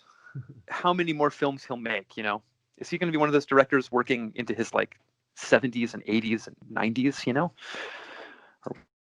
will he retire or die or etc.? I'm just curious what an ancient Zemeckis would make, Mm. What the future sort of like fruits. I feel like right now we're seeing kind of the mature, fully adult Zemeckis, but it's not quite yet the learned, aged master Zemeckis, that could still be in the future. We could still get a film from this guy that would just end all cinema, It could happen. Yeah, I agree. I get the same vibe. I get the feeling that it could, that it just seems like he's still experimenting. He's still or at least the films I've seen, like Polar Express to me, like I guess it's kind of an older Zemeckis movie now or whatever, but it's just as vital and vibrant as Back to the Future. I think it's like a totally different thing, but it's experimental. It's got that energy. Yeah, he's doing new stuff with it somehow. Exactly. Yeah. That's what's so exciting a bit about it getting bad reviews or being a flop, is that it's really experimental. It's something very strange. Right. Because it's not a flop. Like this movie, The Polar Express, you couldn't say that it's a flop because it's like a conventional movie or a bland movie. No, I think the reason it's a flop is because it's way too weird. It's too creepy. Like I it just agree. doesn't it Yeah, doesn't exactly. appeal it doesn't appeal to the kind of audience that it was probably marketed to. I Um, love the way the film looks, but it's almost a real tragedy that it looks so weird, because I think that ended up allowing, like, people projected a lot onto that one point, you know? It's mm, like it's like all the reviews focused on the uncanny valleyness of the animation. They're like, yeah. that's why it's creepy. But that's not really why it's creepy. It's creepy Mm-mm. for a bunch of other reasons. First, the weird animation is just the icing on the cake, but I think it kind of meant that the deeper weirdness of it never even really got seen. People just saw the weird animation and had a simultaneous horrible feeling in their stomachs and described it to the animation, you know, which is partly ascribable to the animation, but a lot of it Yeah, is just about the yeah. I agree. No, I agree. I think that the exactly the animation is like the scapegoat for the Yes. for the bad reviews, because clearly it's doing very strange things. Like, you know what you said about how there's these moments where the golden ticket flies out of the train and the camera is like following it around. That whole thing. Yeah. I just can't. It hurts me to even think about that sequence. It's it's not normal, Alice. It's so abnormal. Like I can kind of almost start to see, like, okay, it's like a cartoon. But even when I think about cartoons, cartoons Mm. don't have sequences that ridiculous. Like, for no reason like that. It's just so, like, random. Sorry, you Yeah, should describe it, no, listeners. no, man. Like it just it. You know what's funny about it? It reminds me of like an an art house thing. Yeah, yeah, it It is like that. It is. Because It's like suddenly, no one could tell him no. He just mm, was able to do it somehow. It's a total, like, author vision moment, you know? the what's weird about it for me is that the tonal shift of the movie is so big. It's such a kind of left field thing. Like suddenly you don't expect that sequence to last that long. It lasts a lot for It such a does last so long. for such a like I couldn't believe it, man. I was, like, blazed mm. out of my head, and watching the movie, like, slightly slow too, and just like the length of it, just like it just kept, like, going. Like, by the time the bird started eating the ticket, I was just, like, on the floor, like, I don't know, like, writhing probably. It was man, what a sequence. Yeah, because the fact that it's silent, I mean that there's no like dialogue. Yeah, and, like, no music. It's just like this, like, the sound of the wind. It's like, it's so strange. Oh, dude, of course I'd forgotten there's no music. It gives it this strange I mean, maybe there's a little bit of music. I'm actually not sure, but my memory of it is that it's just like nature sounds. It's like mm, very unscored. Yeah. yeah, like it's not a genre that I would associate with the kind of movie it's included uh, Exactly. in some Yeah. sort of like conventional way. Like um, this sort of like I don't know how many minutes it is, but these so many minutes of musicless, free flowing camera just traveling through nature.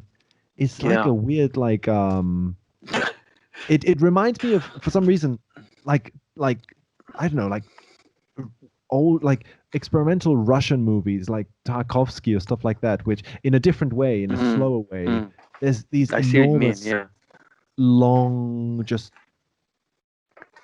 parades of camera work.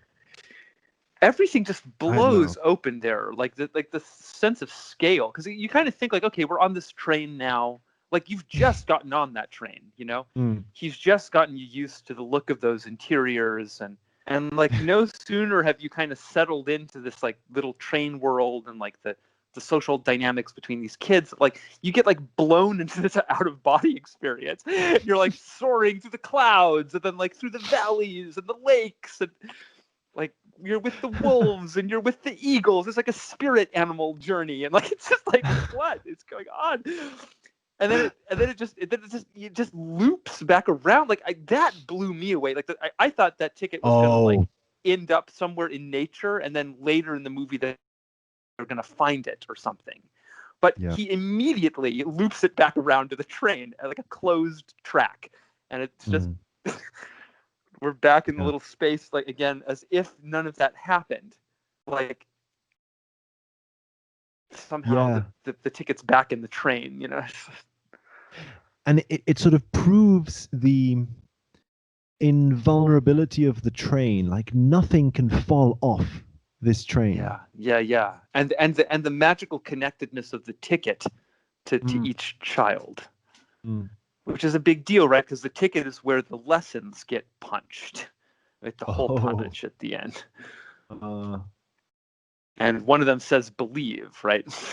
It's like the surface on which that final sync about sync is delivered or something. and dude, like you were mentioning Roald Dahl now with the witches, and Yeah. golden tickets are what you Willy get Wonka. in Yeah. Willy Wonka. Yeah. That thought crossed my mind too. That's And another weird like recluse abducting children adjacent, like in the subtext kind of yeah, story, you know? dude, and they get given hot chocolate. Like it's Mm-hmm. Oh, it's a that's it's a right. Yeah. it's a chocolate factory, Right. Oh, and it's also a dude. weird, and it's another contact like tunnel. It's another, Willy Wonka has that weird tunnel scene where it's like a sort of Oh God, it's true. That's true. That's true. That's true. Well, and the Stargate Oompa Loompas shit. are like the elves. Oompa Loompas are like elves. So it's Yeah. Willy Wonka is clearly like a Christmas Mm. idea somehow. Oh He is fuck. like a Santa, on some level. So what is Weird Zemeckis that doing? Zemeckis is Yeah. like nodding Is he towards that. Yeah. exactly? What he's He's yeah. telling you that this other movie is actually a Christmas movie. For some reason. He just like you to know that, and so he's built it into the subtext of his other weird movie. God, dude. Yeah. Does Jim Carrey have anything to do with Willy Wonka? No, right? It was Johnny Depp in the Johnny Depp. reboot. Johnny Depp. Okay, that's less insane then, because Jim Carrey is in Zemeckis' Christmas Carol. Ah, yeah. Totally weird. Yeah. Oh God, man! Like I want to go back to the chocolate again for a second. Like Yes. the fact that there are, so they appear the Choco guys and what are we gonna call these things? What the fuck even are they're like maitre d's or something that only serve hot chocolate. But sorry, Yeah. but it's all so absurd because then the children are somehow seated perfectly in such a way that you end up with 3 children to each table. Now that already seems kind of impossible. Like the kids seem like they were just kind of free floating around the cabin, but now they're all kind of pre-seated into groups of 3, and then they pour out of specialized pots, like specialized kettles that have 3 spouts. So you see like 3 distinct streams of hot chocolate like pouring into 3 distinct cups around a table at which 3 children are seated. Like Why? it's so 3 doubled. Like why? why exactly? Exactly. That scene is so explosive to me because the sink explodes and it's this uncanny valley animation. It's like both of them at once, and like Tom Hanks is like singing. I just can't deal with it. It's honestly one of the most intense like action scenes I've ever seen. Like it has that level of exhilaration. It's like this like roller coaster. I just can't wait for it to be over. It's so intense. I'm like relieved when the fucking chocolate guys leave, because they're so terrifying. It's horrible. Oh man, fuck. I hadn't noticed that those 3 streams. It's like an alchemical drawing. They always show those 3 streams coming out of the fountain. It's just so weird. Yikes. Yeesh. And it's such a throwaway. They never come back. Like, I would have thought maybe like on the return trip, a little like wink from the maitre d's or something, or I don't know what, but maybe they could have given hot chocolate to the elves or just something so that they feel a little more like grounded in the fictional world of the movie. But No, like, they just what is erupt that out scene? of nothing and go back into nothing. And yeah, exactly. What the fuck is it? God. Yeah, like why do they even get chocolate? Like, what's the point of them getting chocolate? Like, is it just it's just a It's fun literally like kind scene? of a non sequitur that we enter that scene because it's just Tom Hanks is just suddenly like, does anybody Mm. want refreshments or something, right? He Yeah, just like yeah. asks, and someone's like, I'm hungry. I don't know what, but they don't ask for hot chocolate. That's just produces once the kids are hungry. Yeah. They're never served food or anything. It's just hot chocolate.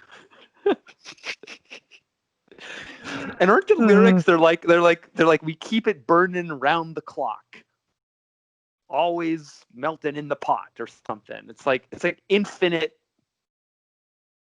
oven oh, idea, oh. I hadn't thought of that. Yeah. Yeah, round the clock. You know what that scene did wake up in me though? Mm. It's just that it has this unsettling thing where the waiters are offering they're not just serving chocolate, they're like offering a song and dance number. And Yeah, it's kind of like a it's a it's kind of like a ritual. yeah, I mean it has this sort of like I don't know if cabaret, but it has like this Mm. jazz bar or Yeah, sort of vaudeville like sort of something, or yeah, I know what you mean. thing. Well, they're It's they're like tap dancing and stuff. yeah, and to be honest, it's not that it has anything obscene or anything, but it's not the kind of entertainment that I think is aimed at children. These kind of like, for some Totally. reason, it gives me this feeling of like these guys are putting on this sort of like cabaret show for children, but it doesn't feel like appropriate, not necessarily for any like Right. pedophilic like implications, but because it's like a boring adult kind of entertainment. It's like a sort of 1930s jazz bar kind of thing. Yeah, yeah, yeah. For these Mm, children who are obviously like at least 60s kind of kids. I don't yeah, know, yeah, yeah. or 50s or 50s. 60s kids or something. Yeah. Yeah. Um, uh, I mean, I don't know. I feel like yeah. people were probably watching like, the Ed Sullivan Show and stuff that probably had garbage like that on. I don't Right. Maybe. know. Yeah. Yeah. Yeah. I don't know. However, none of that Hmm. explains like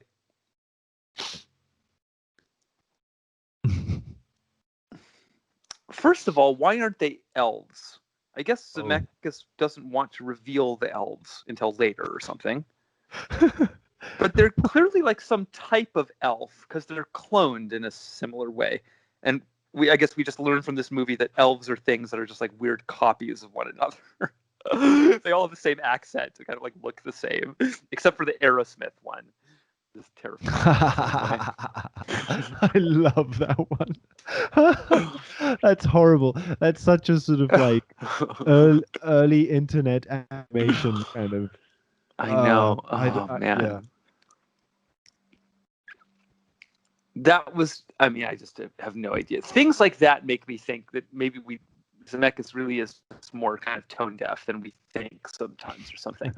Because that's just like, this feels like a misfire that. It's Mm. trying to have some kind of like Shrek Smash Mouth moment. And Mm. just, oh, oh, a short No. Tyler Perry on why is this going on? Oh, right. Is it actually trying to like be Aerosmith? I hadn't realized. Like, Yeah, it is like Aerosmith singing, and uh-huh. they've like mocapped them or like animated their faces or whatever because they were on the soundtrack. So yes, Mm. it's just literally Aerosmith. Mm. I know. I had chilling moments like these throughout the movie of Who thinking, are really oh, associated with Armageddon. That's the other big like Aerosmith movie, right? The movie called Armageddon, where a meteorite is going to destroy the planet. ah, you know, yeah,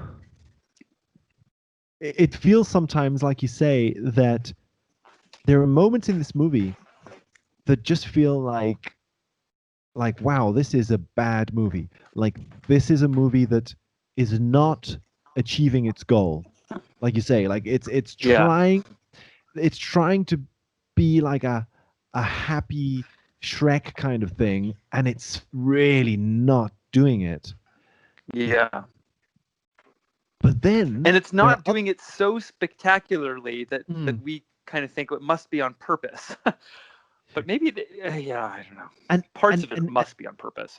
exactly. And then there are other moments that are so obviously, to my eyes, on purpose in the sense of that the creepy vibe is what he's aiming for, that it just confuses me because it's like, is he achieving his goal or is he not achieving his goal, his artistic goal? Is this movie Yeah, I know. Yeah. like what? Yeah, what is he trying to do?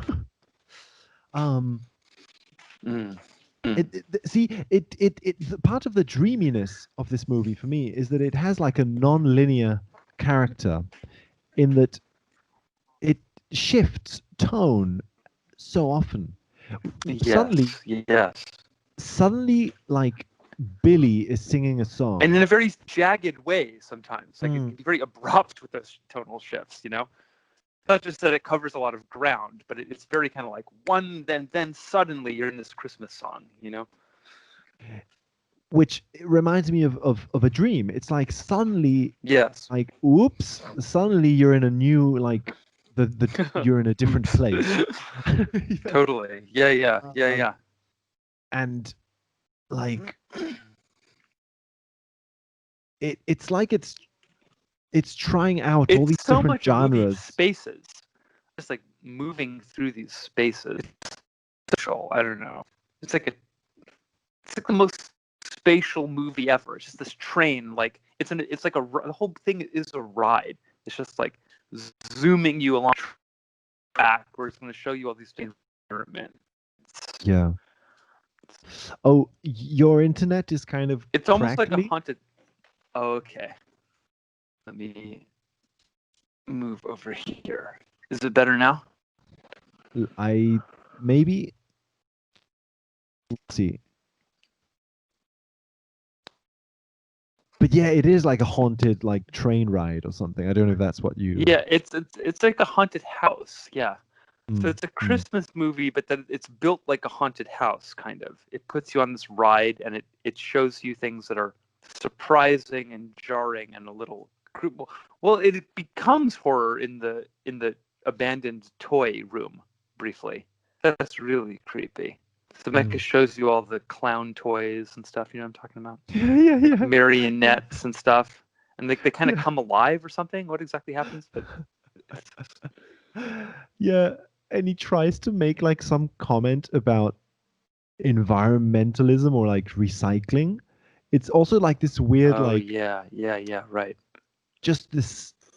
It has no relevance to the rest of the movie, but apparently Santa is trying this new thing called recycling. Uh, and that's it. Like, Yeah, what the hell was that? What honestly, what was that about? So weird. uh, Santa's trying this new thing called recycling. It's it's as if that's trying to be a kind of because that's not something that someone in that time would actually say, Mm-mm. right? Mm. It's like a nod that admits that we're in a movie because it's like we're talking like modern people now about recycling, you know? Mhm, mhm, mhm. So I guess maybe it's trying to be like a little joke, maybe, but it's not funny. It's just weird. Like it's as if Zemeckis has made a film out of the aesthetic of bombs, like in the comedy sense of like a failed joke, Every scene is some kind of a bomb that misses its mark, but it misses its mark in a way that's very precise all the time, or seems that way. Which is a little bit interesting because he shows us the target next to the dog and the boy hero getting burnt by the radiator. It's a bullseye idea, precision. We're going to hit the center of that thing with the dart, Oh, it's also a mandala thing, of course, Totally. But then we see that target again with the presents when the kids get loaded into the big present bag. There's like a target painted on the ceiling or something, on the big doors that open.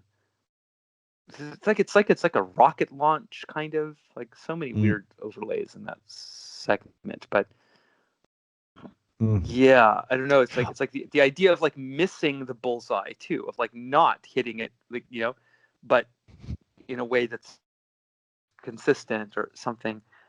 I'm sure maybe, I don't know. Are we giving this guy too much credit or aren't we? But one can perceive the movie in that way.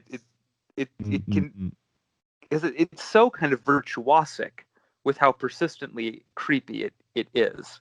It almost doesn't miss any opportunity to insert like that belt in the Rockwell, that could easily not be there, and the movie would be like 1% less creepy, but it is there, along with all these other weird things that make it creepy. Can't be all an accident. There's too many.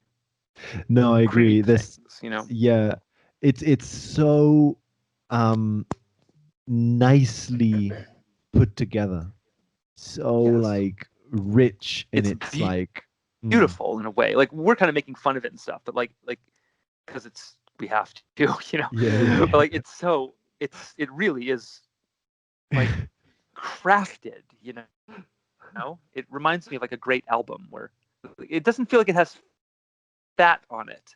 Like even the scenes that feel extraneous, they feel like they're there for like deliberately, like the thing with the ticket flowing around. It doesn't feel indulgent. It feels bizarre and strange, but it's like he doesn't do that multiple times. He just does it the once, It's so like it's like you're listening to a song and there's that perfect guitar lick, but it only happens once.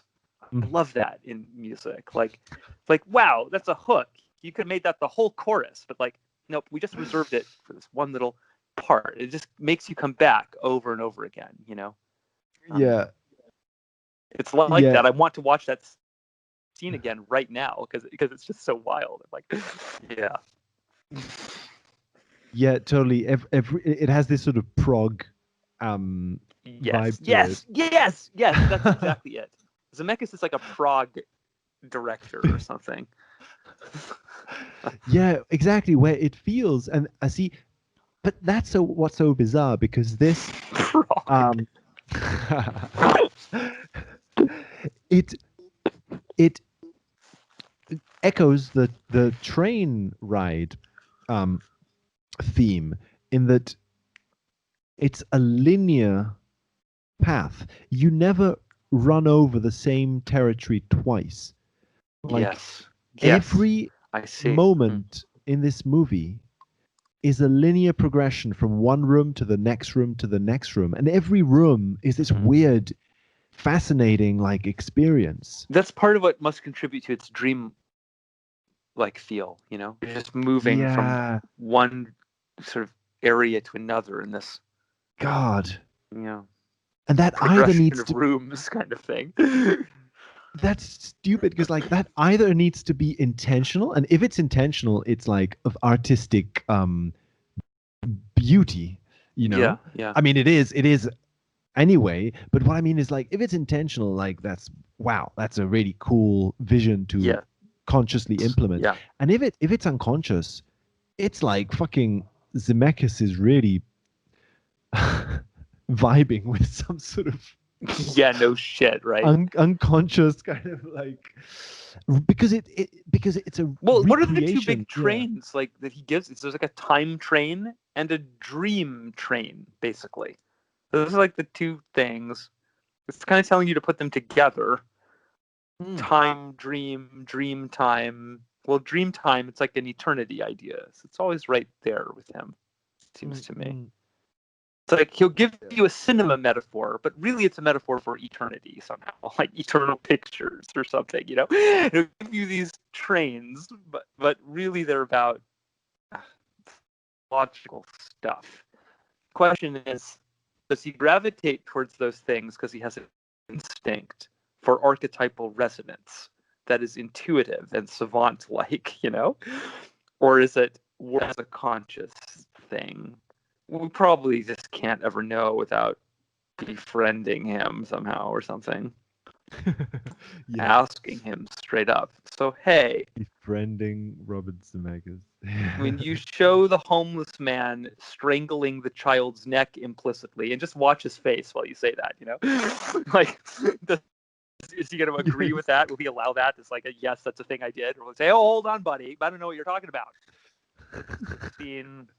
These two things happen to happen. You're weird for noticing that, you know? I really wonder. Crazy fan interview. Yeah.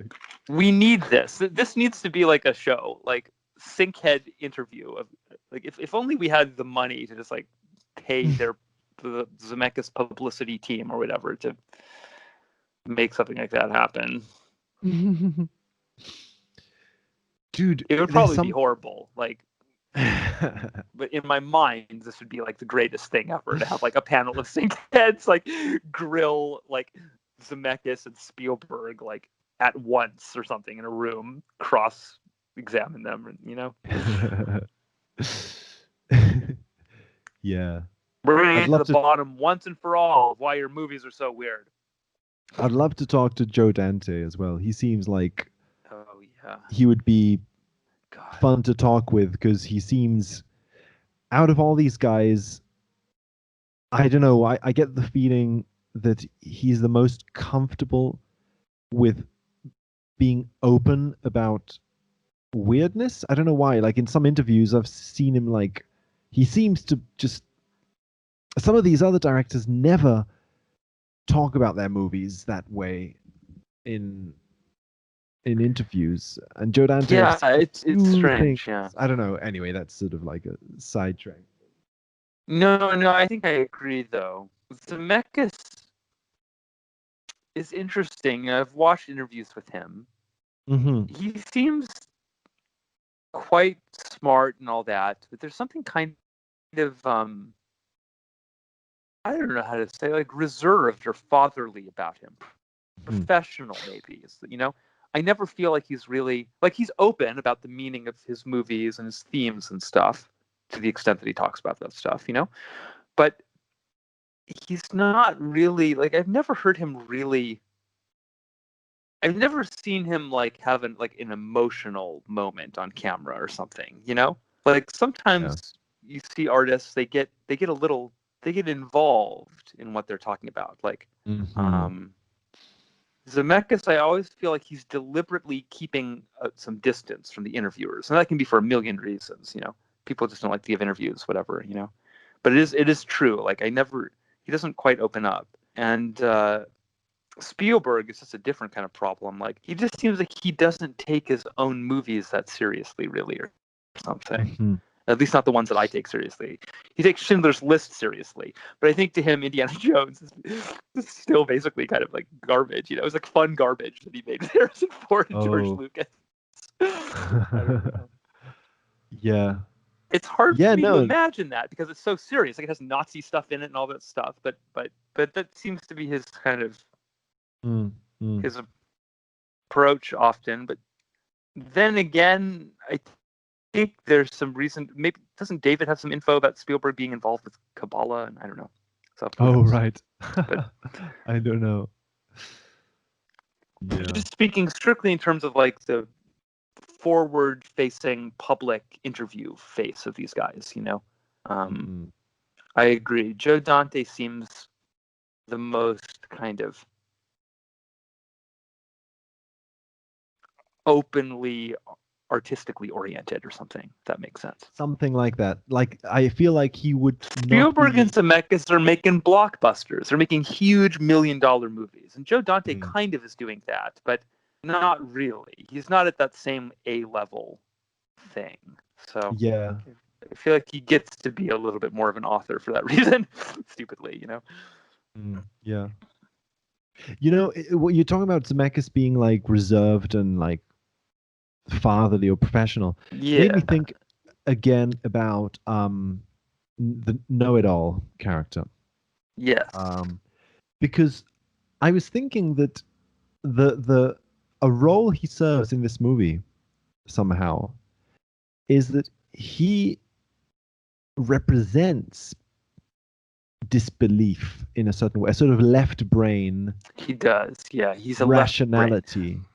Dude, that He's whole like, thing while they're careening towards the cleft in the mountain, left, right, left, right, and they're it's a big Zemeckis hemisphere balance thing again. You know, how many times does he give us that in these movies? Like in The Walk, and obviously in Back to the Future, and like then we get it with the train. So yeah, I agree. I really think that kid, yeah, he's like a left hemisphere idea in some way. Yeah. See, that's so weird because again, the fact that are they the four functions? These kids, he's like the intellect. Is Billy feeling? Oh shit! Right, they are the mandala. They are the four. Right, so jeez. So the girl is leadership. I'm not sure exactly. What would that be? I wonder. She's already integrated belief. So because she expects boy protagonist to believe in her, right? Boy protagonist sometimes doesn't want to believe in her, but he ends up believing in her. Like with the break, he's like, I think the break, yeah. Like this is not the break, surely, and it is, and it teaches him like some sort of a lesson about believing what other people trust. Yeah. I guess that I mean I agree. Yeah. But I'm just saying I guess because that scene is kind of weird though. Like I'm just thinking like really, why is there even a like? First of all, it says something weird about the train. The train is not designed intuitively because the kid's right. The other thing looks like the brake. Why is the brake like a secret brake that you have to know like secret information about? Yes, it makes it dangerous, you know. Right. I don't know. The train is built as a leap of faith. Yes. Everything about it. Everything about it is a leap of faith. You need to that's just totally it. That's it. You need to just because they sort of even show him leaping. He leaps between the cars when he loses the ticket first, right? Yeah. And totally, they jump onto the train as it's already moving. That's how all the kids seem to board, or at least the kids that we see. Oh God, yeah, it is. It's literally like no one gets on. It's literally a jump. Yeah, it's literally a leap of faith. They don't think about it. Zemeckis is so funny. But it's just another instance of this though, where he's using an image to generate a word sequence that is a metaphor for his theme, leap of faith. Yes. He shows you a literal leap. That means leap of faith, and then leap of faith means this stuff about belief and you know. Yeah, exactly. He's navigating this weird terrain where. So he is wringing the neck. He's definitely wringing the neck, is what that makes me think. Right, but at the same time, like, I want to watch some interviews with him, but I would agree with you that, well, or like, I don't know if you agree with me on this, but like that, it seems to me that I wouldn't be surprised if he isn't aware of a lot of this stuff. Like he's aware of a lot of it because otherwise it just formally can't exist. Like there's a lot of this stuff in the movie that in order to even Right. in Yeah. order to even animate it or whatever. It's just part of the script. It's just Of like course. Of course. Yeah. Yeah. Yeah. some of the awareness is there. There is awareness at some level, but Yeah. then it's like he himself is in a state of leap of faith in that he's like Mhm. some of it he knows with his left brain, and some of it he's just kind of like going Yeah. with the I like flow, that. sort of I thing. was thinking at one point along the way here that like part of what Zemeckis does, right, just as like Mm, a style thing, is he just likes to blend genres together. That was really mm, a hallmark of it's like what made Back to the Future so successful. Partly was that it was a bunch of things at once. It was like a science fiction thing. It was a '50s nostalgia thing. It was a time travel thing, but also a yes. myth. You know, Yeah. um, Oh, that's yeah. he's blending all this stuff. Like I would really argue, yeah, there's like weird little Christmas movie flavors in it. You know, he's tossing these things in like alchemical Mm, ingredients. mm, Sometimes just as a spice. You know, here's now this becomes like an action movie for 2 seconds. You know, and now it's like a comedy, and now it's a drama, and he's blending all that stuff together. Like that's become much more commonplace now. But I think Zemeckis kind of could probably say he kind of pioneered that looseness a little bit, genre fluidity, along with mm. like Joe Dante and guys like that in the 80s. So he's just doing that. Like maybe sometimes he just ends up with an impossible weird one. And he doesn't know exactly why. Like maybe Polar Express really is just like a very subtle combination of mini genre elements that sum to something very Mm. religiously disturbing, you know? And maybe that wasn't exactly intentional on, but you Mm. know, I could see that. Like if you're just doing kind of genre alchemy, what do you Yeah, get when you cross a Christmas movie with this and that and et cetera, et cetera? You know, yeah. you get Mm. you get like a UFO nightmare. Apparently. And then it's Mhm. funny because like that that know-it-all kid is like a distraction from protagonist's feelings towards girl protagonist. Oh, that's Um, true. A like distress. whenever Funny. Yeah. it, and The that's also like intellect is getting way of the relationship with the anima. Is that what that might be? it's Funny.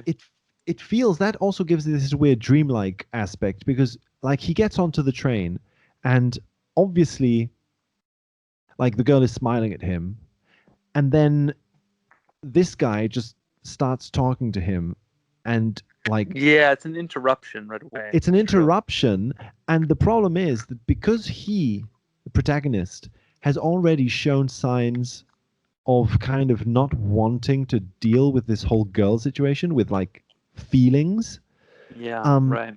the know-it-all's interruption feels like a welcome interruption. It's like the ego it's like the ego's own distraction kind of thing. Like Mm-hmm. I'm not gonna think about that. I'm just gonna like think about facts that Oh, you know what it relates to? yeah. It just clicked Mm. for me. Yeah. It seems to be a reflection of the relationship between the child hero and the sister in that first scene. Because the sister believes in Christmas. And Oh, it's the boy hero who's giving all the facts that are going to disprove that. Faster than light, good and point. he says blah blah blah, and then we see him looking at the magazines that are showing like Santa's on strike, and so he's collecting facts and using them to distance himself from the magic. And so then that, Totally. yeah, how interesting.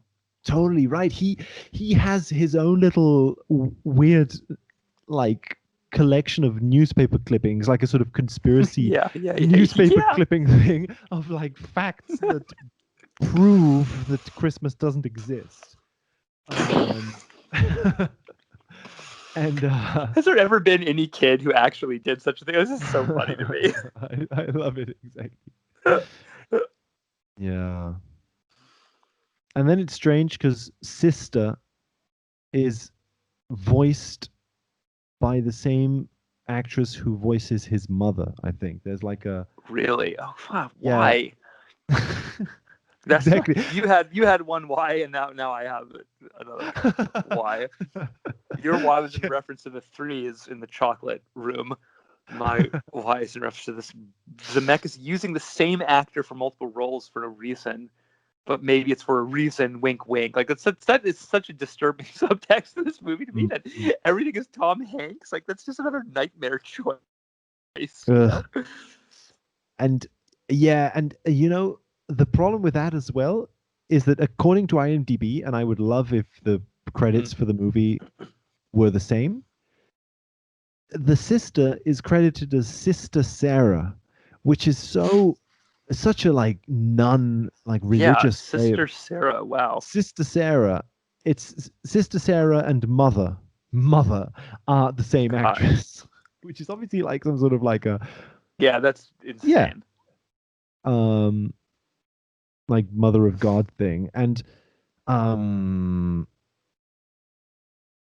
It's very interesting actually, yeah, really, I don't know what to say. that Mother Mary is so absent from Zemeckis's Christmas movie, you Mm, know? hmm. And also like there's no Mrs. Claus, you know? Oh yeah, no, totally. It's completely about the father and then just in like margins kind of these little bits to do with the feminine part. But why do it that way if we're thinking that the two Bobs talk about all this stuff and they know all this stuff?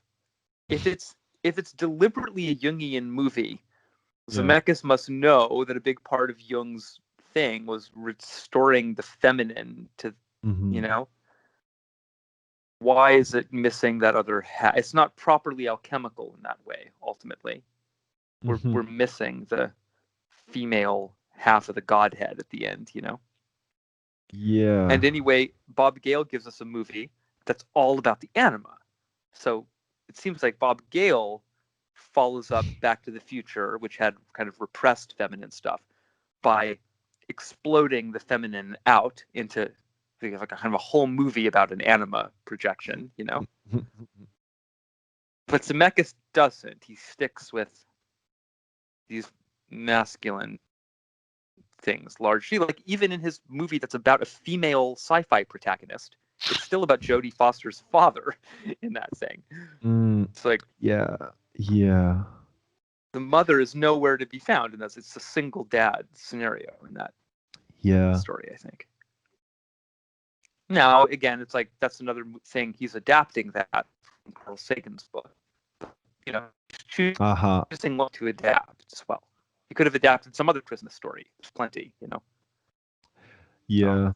And I love how Hero Girl in Polar Express, uh, at the end they say goodbye, and the movie is presenting this as if like they could probably like be friends or like each other. Like there's some like yeah, yeah. and the see the weird thing for me, I don't know if it's really weird, maybe it's just how the movie ends, but it's like it feels as if the movie is established this whole sort of like um relationship between the hero and the hero girl, and that's it, and it ends as an opportunity. Not opportunity is not like the word, it's very utilitarian, but you know what I mean, like it's as if what is that ending? It feels Hmm. as if see, to me, okay, this is what I mean. It feels, and it's not necessarily what I don't think it's my opinion. Like I don't really care what the protagonist does.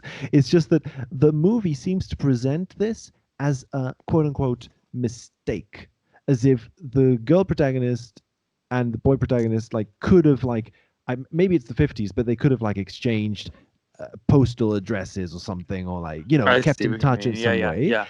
And the movie is somehow presenting it as if a mistake was made. This was not done. Mm. As if the guy gets off the train and that's it. I don't know. Maybe not. Maybe I'm sort of wrong here, but it has this weird sort of feeling of like what, which also gives it a numinous feeling because like it's like what was this whole experience of like care of children caring Mm. for each other? Was it just self-contained in a dream and it won't extend beyond that? Yeah, I see what you mean. I Yeah, don't know. yeah. I don't know. I just have It is sort of it's a thoughts about that. strange it no, yeah, it's a strange aspect of the story. Like maybe it's just a Mm. consequence of the structure of a story like this, where you have everyone going on a magical journey. Like, what happens when the kids go back home from Hogwarts? Like they can't Hmm. interact with each other anymore, really. Yeah, yeah, yeah. Um, but it does. It absolutely has that structure. It's one of those stories where a bunch of character bonding happens that then has to get thrown away at the end. Yeah, And I yeah, yeah. agree, it doesn't really do much with that. Some films that have that structure, they thematize it, and so they build it up very carefully, and although they're going to split the characters apart, they give a lot of meaning to how they split apart and etc. But Polar Express doesn't seem to have very much of that. It's pretty light Mm. on the character development, really. You don't Yeah. learn a whole lot about these children. They're kind of just like surfaces that things happen to Mm, over mm. the course of the narrative, so that you can see these things happen and understand the meaning of the Yeah, movie. yeah, and I've got to say I kind of like that as well because, yeah, I mean, totally. In a sense, Same.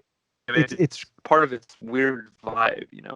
it's cool that like because obviously, like we were saying about Back to the Future Part Three, the most classic way to end a Hollywood movie would be with some sort of like romantic uh connection being established. And it's kind of funny that it doesn't do that despite the whole movie seeming to be about at some level this protagonist avoiding his know-it-all mind in order to reconnect with his like emotions or something. Yeah, uh, yeah. but like you say, despite the movie being all about that, it's the father is what's present there, Mm, mm, um, mm. because that's what you're dealing with or something. In that case, Well, I so don't know. I'm It's very so strange. interested in this basic fact that like Hmm. Santa is something that your father pretends to be. You Mm, know, this just seems like a basic idea in the film. mm, Because we see that the shadow of the father misinterpreted as Santa right away. yeah. Um, and we see the Rockwell painting where we see the costume that the father wears. Mm-hmm. Um, and then in the movie, all of this, it's like we're encountering a bunch of versions of that dad, sort of like how it ends up working. The conductor is a version of the dad, the Uh-huh. homeless guy is Yeah. a version of the dad, and Santa is a version of the dad. So Mm, there's a version of the dad that, or like an aspect of the father that's resonating, the divine father. That seems to be the thing. Like, your literal dad is going to dress up as a god and try to mm-hmm. convince you that he's really that god. I think Christmas is a really weird thing in our culture. There's anything else like that. Your dad Mm. doesn't dress up as Christ and try to convince you that he's literally Christ, you know? But so it's like he doesn't, we do that, but with Santa, who is Christ, but it's like saying gosh instead of God. We make up this Uh-huh. gosh version, which is Santa, and then we permit the Father to masquerade as that version of Christ or something. Yeah. Weird. Yeah, no, I know Isn't that it's weird? such a It's so weird. yeah, like, exactly. Like what is this whole process, and it's almost like, see, the feeling is as if our culture needs that ritual to blow off steam. I think you said that Yeah. something similar, as if this is the only occasion where parents allow their children to believe in Yes. magic. And not only allow, but in a sense, kind of like encourage Yeah, and like implant the ideas for this whole like set of magical beliefs. yeah. Um, yeah. Did you believe in Santa growing up as a literal entity? Oh, yes. But the thing is, okay, so this is like actually here in Spain, we don't do Santa that much. Mm. Our Santa character is the three kings, the three holy like sages Oh, I see. who bring Wow, gifts to interesting. Christ. So the idea is that they fly on like not donkeys, like camels, and they visit your house, and it's the same Santa thing. You give them milk and cookies and stuff, and they leave presents. And I remember as a kid, How interesting. like actually sort of like feeling that they were in the house, and like, that, yeah, That's totally. cool. I never believed. My parents told me straight up when I was like, as far back as I can remember, like, it was just like, no, Santa's just this thing. Like, it was so weird because I had friends who believed in it. So my parents explained that to me. They're like, yeah, your friends might believe in this, but someday they're gonna find out this isn't real. Like, it was the weirdest thing. Like, like, I had this sense of like knowing a secret that like I couldn't tell friends, and like because I never believed in it. It wasn't a big deal to me, but it clearly was to like my friends, and so I don't know, it's just strange. But now I kind of wish that I'd gone through the experience of believing in Santa and then losing the belief and all of this, because it's just like it seems like a rite of passage for Western children or something that I missed out on. It's, yeah. I can't really appreciate the Polar Express, I don't have Christmas memories really directly. We didn't celebrate Christmas or anything. Right, yeah.